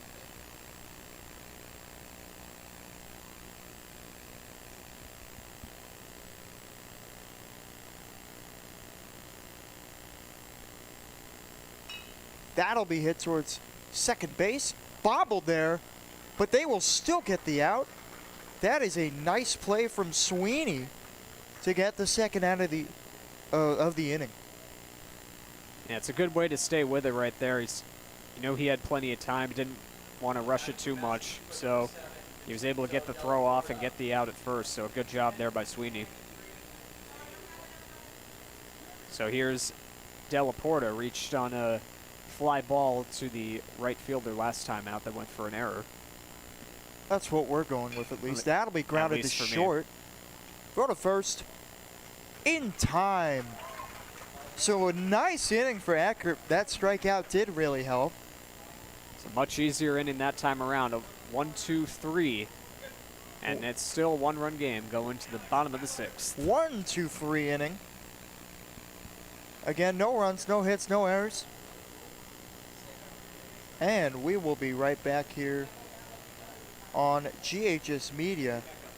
2-1 Massapequa. We'll be right back.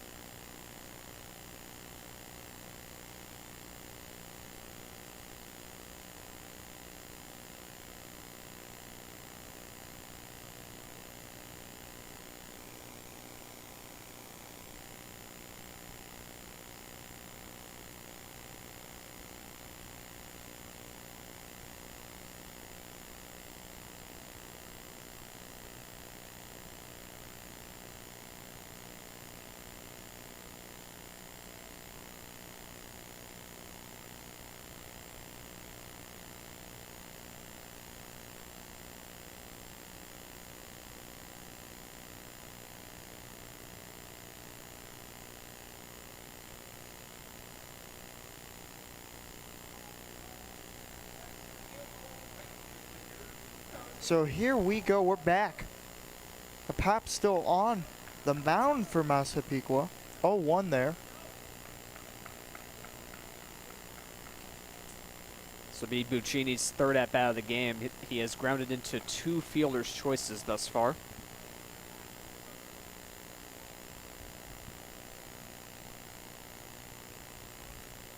One. It's away. 2-1.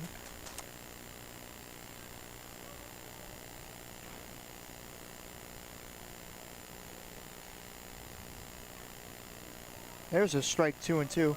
I guess another thing we could potentially talk about in this game, we found weird a little bit, was that the fact that Massapequa wore white jerseys to this game as the road team. Now, maybe they wear a different kind of home jersey, which really isn't, you know, white, like as in Guilderland wearing a red top with black shoulders. Full count here, swing and a miss, strike 3. Swinging for Buccini. Yep. And baseball, you typically don't see an away team wear a white jersey. You see that happen a lot in sports like hockey and football, but not often here. But Apap was still in, presumably to face the lefty. It looks like we might be seeing another pitcher come in here. He drops the ball, and he will go out. So that will be it for Apap. He puts up a stellar relief effort, though, striking out 3 of his... Yeah, 3. Yeah, 3 of his 6 batters that he faced, also allowing a double to Roddy and a walk to Walsh, but otherwise got through it completely unscathed. So very commendable effort for the Chiefs today. That's exactly what they wanted to have. And we have a new pitcher coming in, which will be number 14 on Massapequa. That's Justin Graham. We talked about him a bit earlier. Last inning when he had a mound visit. So 5'11", 170. The right-hander, this will be the first right-hander that they put into the game. Looks like a bit of a hard thrower right there.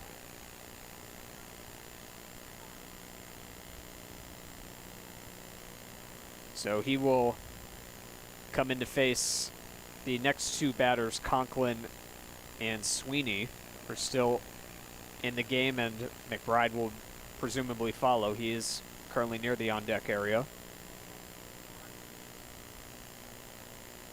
So once again, while Massapequa has made quite a few substitutions in this game, including very nearly all of their batting order, we have not seen any sort of substitution except on the mound from Guilderland so far in this game.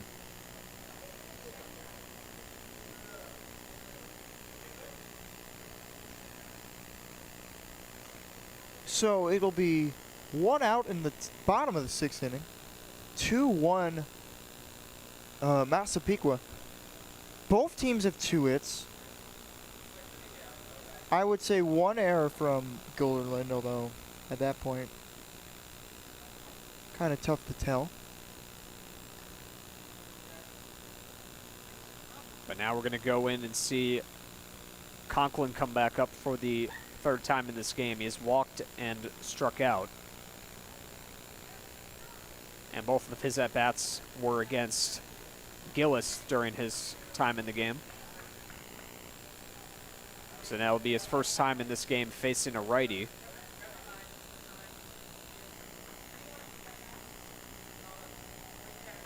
So here we go. His first at-bat in. Tried to square to bunt, but he fouled it to the screen. I don't know if that was a fan, but I heard a loud grunt coming from somewhere. I don't think it got on the broadcast, but that's what I heard. 0-1. Low 1-1.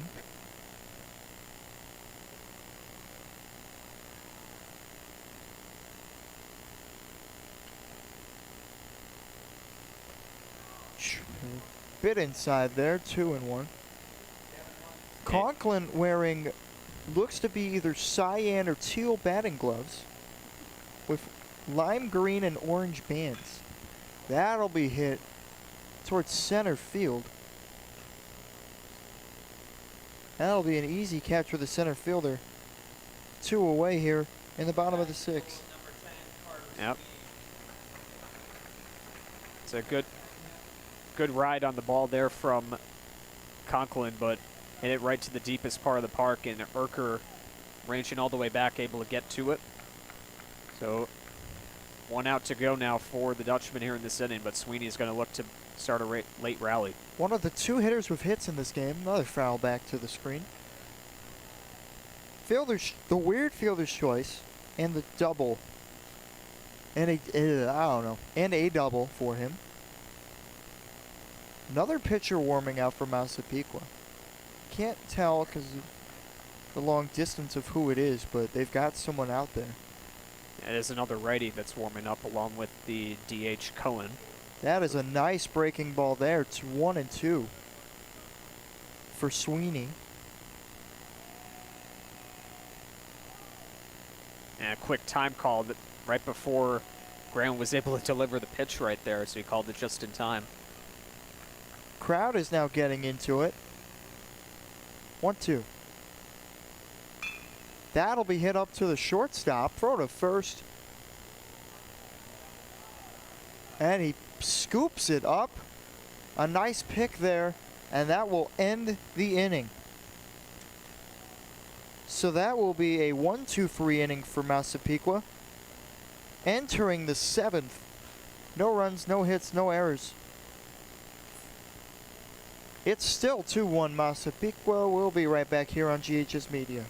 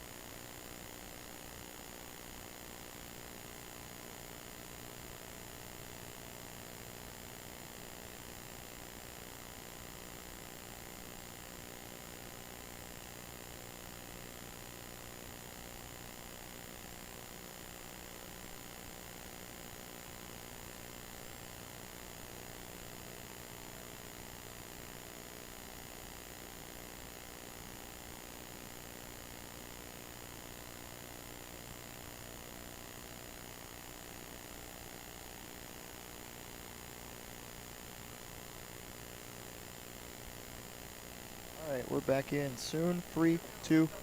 Well, that's how you say we're back, folks. 2-1 Massapequa, top of the 7th. What I believe is the final inning of the game. It is indeed, and it will or be... what could be the final inning is what I should say. Mm-hmm. Unless there is a tie at the end of the bottom of the 7th, we will be over. Sorry, Kanza now up. Pitch away there. So this is the 3rd inning of work for Kyler Ackert in this game. Had a bit of a rough 5th inning, but he had an easy 6th inning, retiring each of the 3 batters he faced last time. Blown away 2-0 now.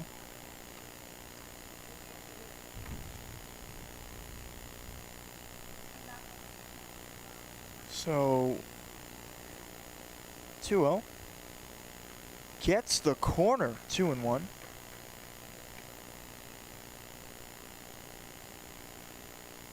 So Kanza was a contributor to the start of the rally back in the 5th inning against Ackert. Blown away there, 3-1. So that was how he got on last time on, nearly. He's 1 pitch away from his 2nd walk.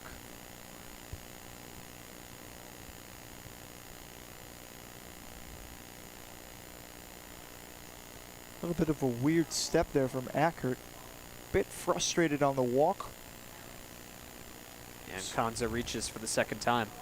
2nd straight walk for him as well.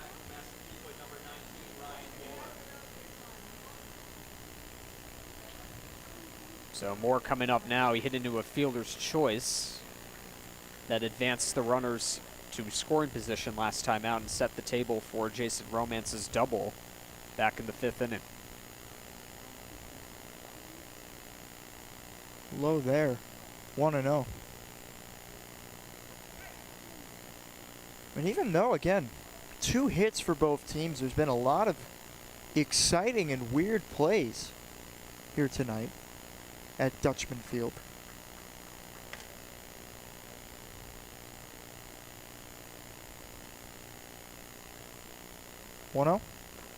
That is a nice breaking ball there from Ackert, 1-1.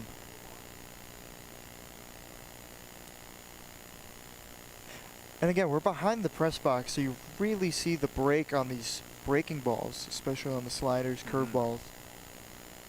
Have a lot of pitches with good movement today. Tries to bunt, misses, throw to first. Safe at first.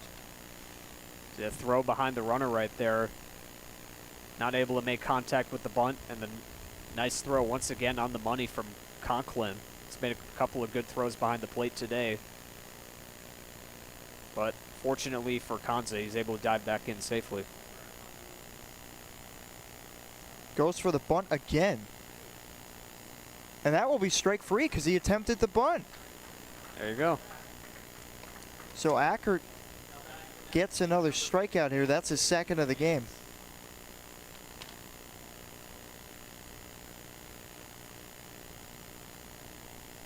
And now up comes the dangerous Jason Romance to the plate. He's responsible for the 2 Massapequa runs for the 2-run double. Gets a strike on the breaking ball there, 0-1.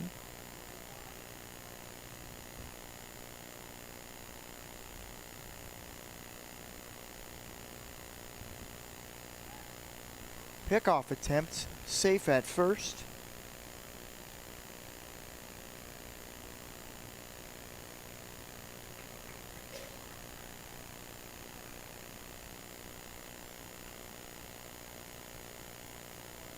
One. That is drilled to left field. Foul. And that's all the way into the trees over there, and they're looking to go retrieve it now. But we've seen that power from Romance in this game so far with how he hit that double. He's definitely capable of hitting one out of the yard if he could. 0-2. Fouled behind the plate.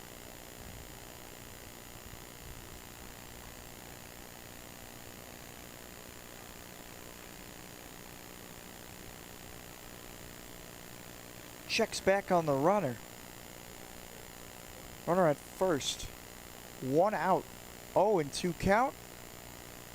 That's the sign. Here's the pitch. Runner goes. Did not swing. Throw to second. And it will hit the runner. Ooh. And that was a bad hit. Yeah. I couldn't tell where it got him, but Yeah, he slid right into the throw, looked like, and might have been on the left thigh out there. so Kanza with the attempt to steal right there, and he ended up sliding right in front of the throw from Ryan Conklin. So a bit of a check on him, but he appears to be staying in. But that's a tough play right there, sliding into a throw like that. But he is going to take another leadoff second now with Romance still at the plate. 1-2 now. Low and away. 2-2 now. Good take right there by Romance as well. He's got another runner in scoring position. He wants a pitch that he can drive, so he's going to be looking for that one. That'll be fouled back.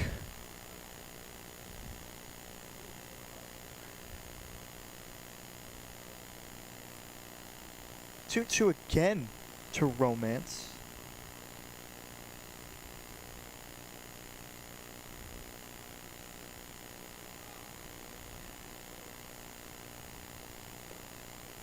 Low. Whoa.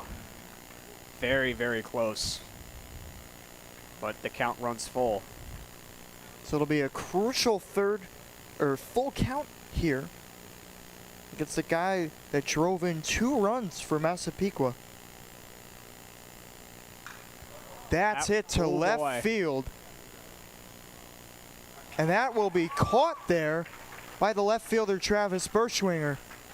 And that is a crucial out there to get. See, well, yeah, I mentioned earlier in that at-bat that Romance is looking for another pitch to drive. He was able to get that one and gave another good ride, this time to left field, but Berschwinger does a nice job to track that ball down, make the catch. And he's able to retire Romance for the second out. Now the Dutchmen are 1 out away from getting out of this inning unscathed. Urker now in, walked in his first plate appearance. That'll be grounded foul towards the third base side.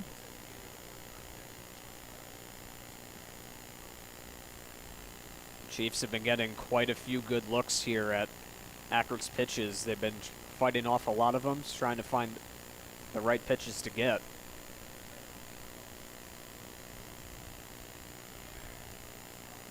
Hasn't been much of a hitting game so far, only 2 hits for both sides, but whoa. Almost hits him. So And I look out think for that it might have actually hit him there. I thought I saw the umpire point to first. Maybe that's why they're trying to talk it over right now. Yeah, they are going to talk things over. I don't know if there's much of a definition. I thought I saw the glove get in front before it made any sort of contact, and I think that's what they're also saying right now. And I tried to read lips like John Boy there. I believe he did say ball. Yeah. So Urker will stay up at the plate here. 1-1 count. 2 outs. Runner at second base.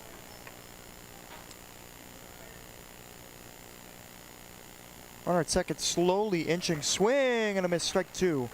I find it kind of weird. Maybe it's the fact that if there's a pickoff, he could just sprint over back to the base.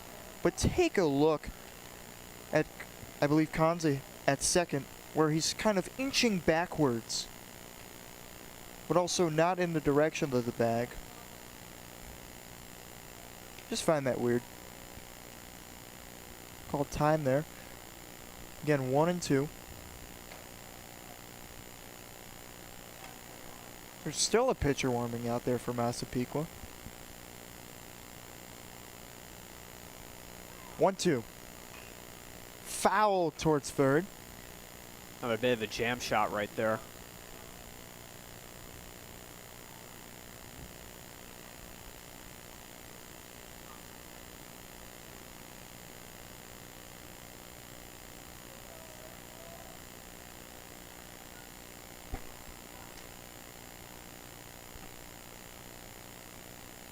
Ackerd has his sign, looks back at the runner. 1-2. High, 2-2. I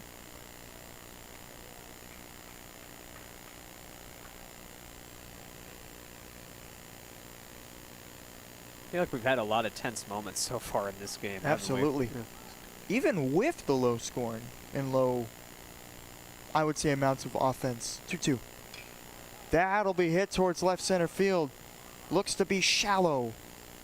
Caught by Berschwinger, and they will get out of the jam.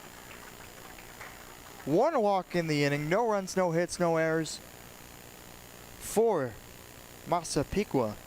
We are entering the bottom of the 7th.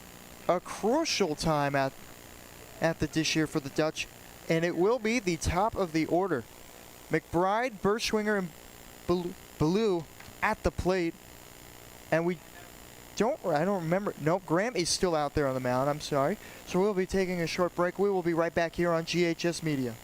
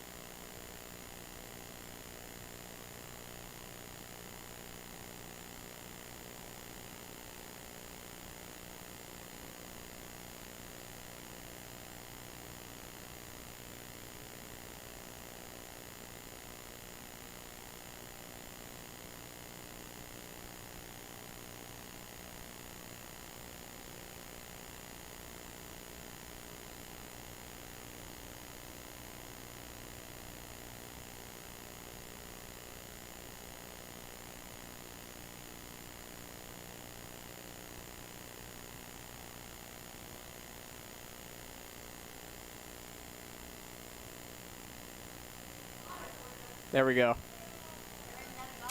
Forget the All right, running man. shh. We're back here on GHS Media, bottom of the 7th inning, top of the order. Due up for the Dutchman. 2-1, Massapequa.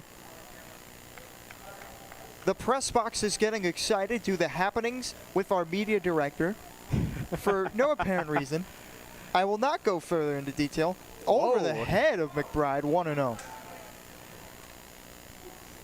I did mention earlier I was watching the warm-up tosses from Graham. He was throwing a little bit wildly. Really? Saw that first pitch.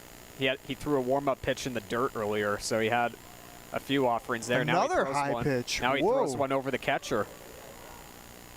So things going a little bit off the rails to start things off right now. All I will say is hold your breath. We do have a pitcher that is currently warming up in the Massapequa bullpen. If there was something That to go is on, drilled to left field. but it's foul. I couldn't really get a good look at it, but according to my sources, it was foul. I believe, according to the umpire's sources, it was foul as well. And I think that's what judgment matters. So here's the 2-1. pitch. Did he go? Yes. 2-2 now. Count to McBride.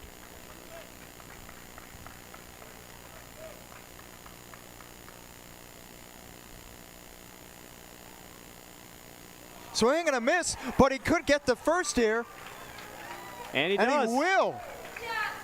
So A strikeout and a wild pitch. So that'll put McBride at first with Berschwinger up at the plate. So an opportunity has come for the Guilderland Dutchman with a runner on first on the strikeout and the wild pitch. Fouled out of play, right field side. It's near where the batting cages are. I think it hit the batting cage. You saw the ball bounce backwards. I couldn't tell this earlier, but trying to see if or where the pitching for wherever they warm up for the Guilderland bullpen. Guessing it would be in the batting cages, correct? It would be near where the batting cage Near where area is. There is a little bit of an area with the netting on the side. That's where Baloo was warming up earlier. Near where the fences are. We do have some sort of how should I put this?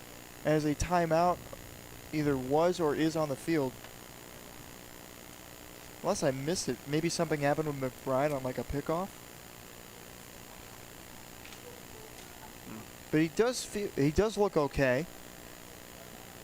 Going back to what I have in my way is I think a house of some sort with a garage kind of pale, kind of like the color of the concession stand back there. For the first, safe at first. 1-1 count. 2-1. I don't even know. 0-2.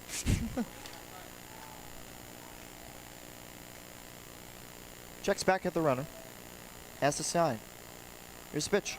Runner goes outside. Throw is to the right. And it doesn't go far behind Delaporta, but that will be a stolen base for McBride after a few pickoff attempts. Will advance to second, 1-2. Runner in scoring position now with no outs in a very crucial part of the game. That's it. Base hit up the middle right now will tie the game. Swing and a miss low, but it will not be a dropped third strike. So that'll bring up Owen Ballou. That's just the guy you want to have up right now. One of the best hitters on the team. He's reached base twice today. And it looks like now we're going to have a bit of a timeout here. We did have a pitcher warm-in very briefly. I don't know if there's been any activity since, but we are on the way to the did he mound. intentionally walk him? And that is what they're doing. Yep. They're going to put Baloo on base.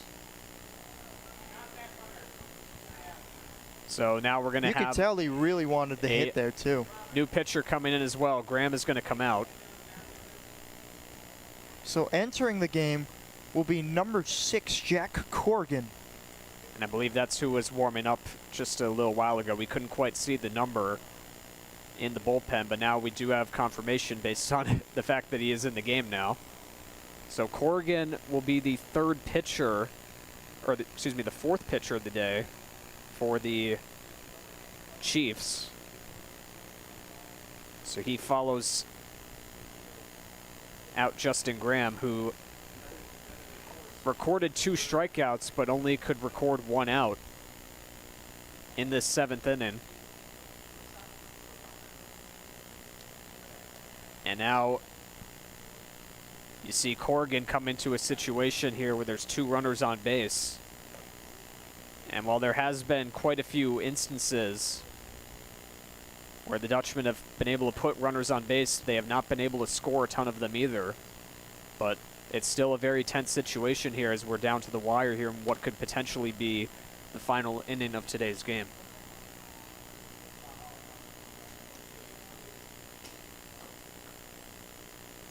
Again, 2-1 Massapequa. Runners on first and second with 1 out.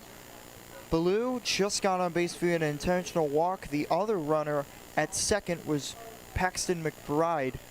Got on via a strikeout with a dropped first strike that went all the way to the left side of the backstop, or our left side of the backstop. So here we go. So Roddy will come up. He has a double in today's game. Ball away, 1-0.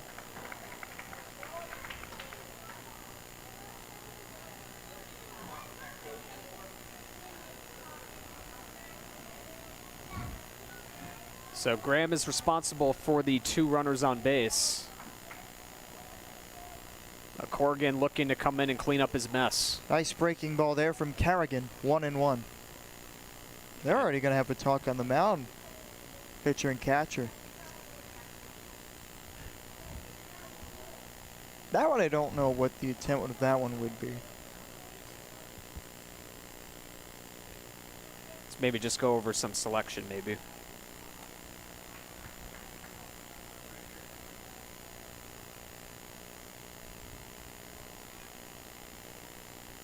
One. Fouled way back. 1-2. Roddy does have a strikeout swinging this game. Flew out to right, and again had the double in the 5th inning. 1-2. Steps off. Looking to check back at McBride at second base.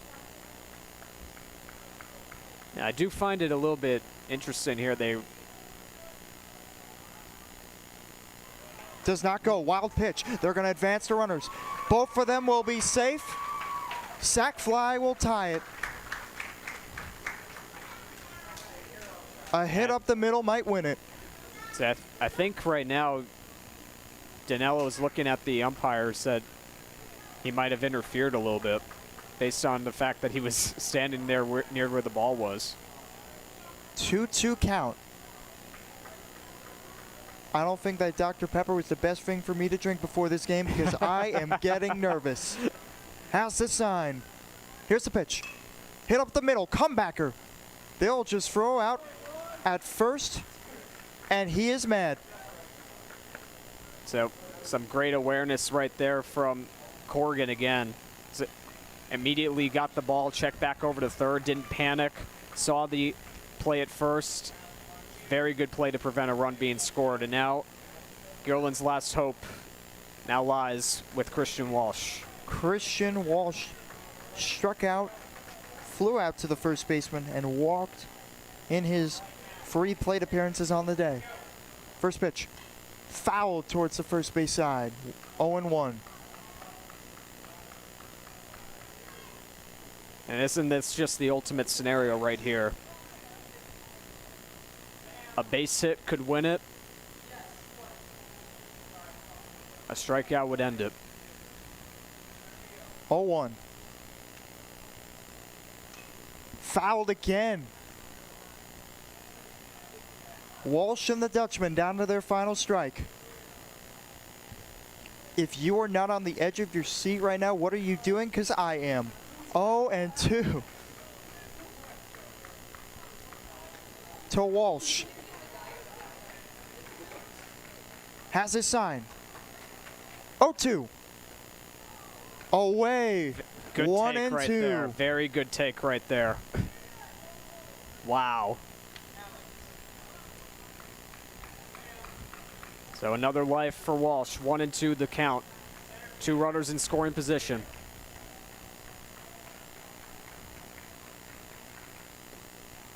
Low. Wow. Oh. That, I'm primarily focused at looking at the field. I did not look at the monitor to the right of me. I for sure thought that was it. I did too. 2-2. Has his sign. The pitch. Did he go?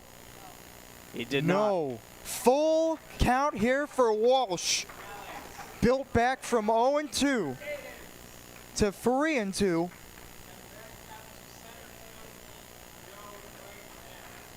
This could be the game. 3-2. Here's the pitch. Grounded foul to third. Third base coach with a nice play there.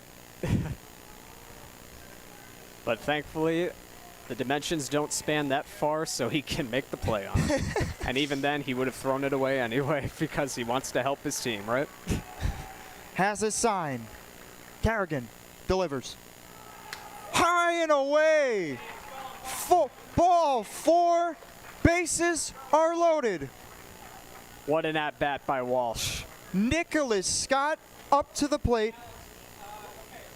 Scott scored the only run for Guilderland in this game. Hit by pitch, advanced to third, walk, scored, and then struck out looking in his last at-bat. And now he takes the biggest at-bat of the game. First pitch to Scott. Low, 1-0.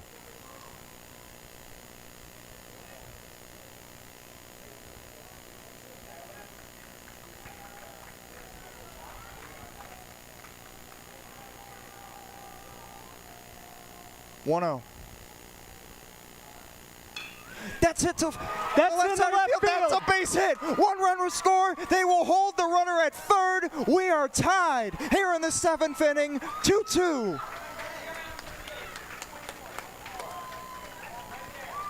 Nicholas Scott comes through in the clutch and ties the game for the Dutchman. And now it lies with the newly promoted freshman, James Buccini. An amazing hit to left by Scott. And he's the Dutchman of the week. That's it to the right side. That's field. a base hit. Are you kidding me? James Buccini walks it off for the Dutchman.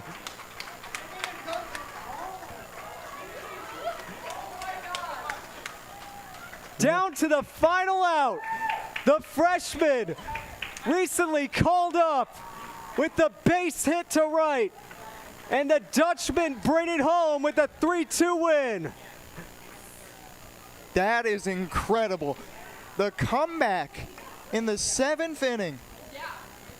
Starting in the leadoff with 2 outs, mind you. Oh, I'm sorry, the drop third strike. So Yeah, it started with that. So the drop third strike, then the strikeout, the intentional walk, A ground the out back to comebacker the to mound. pitcher, walk, single, single. An incredible win for the Guilderland Dutchman. They have won 3-2. What a game that was, Sean. Yeah, what a way to earn your first home win of the season. An amazing set of events down to the final out twice. 2 clutch hits from Scott and Buccini. The Dutchmen walk away with their 2nd win of the season, beating up a very good Massapequa team with 2 outs in the 7th inning. they come away with the win. What a game this was. What a game. Next broadcast here on GHS Media will be on Monday for a softball game against Burnt Hills. So that will do it here tonight. Guilderland wins it 3-2 in the bottom of the 7th on a walk-off single by Buccini, and that will do it. 3-2 final score again. And remember, Sean, it's always a good day to be a Dutchman. Always. I'm Anthony Barn. I'm Sean Cunningham. And we'll see you later on the next GHS Media broadcast. Have a great day, everyone.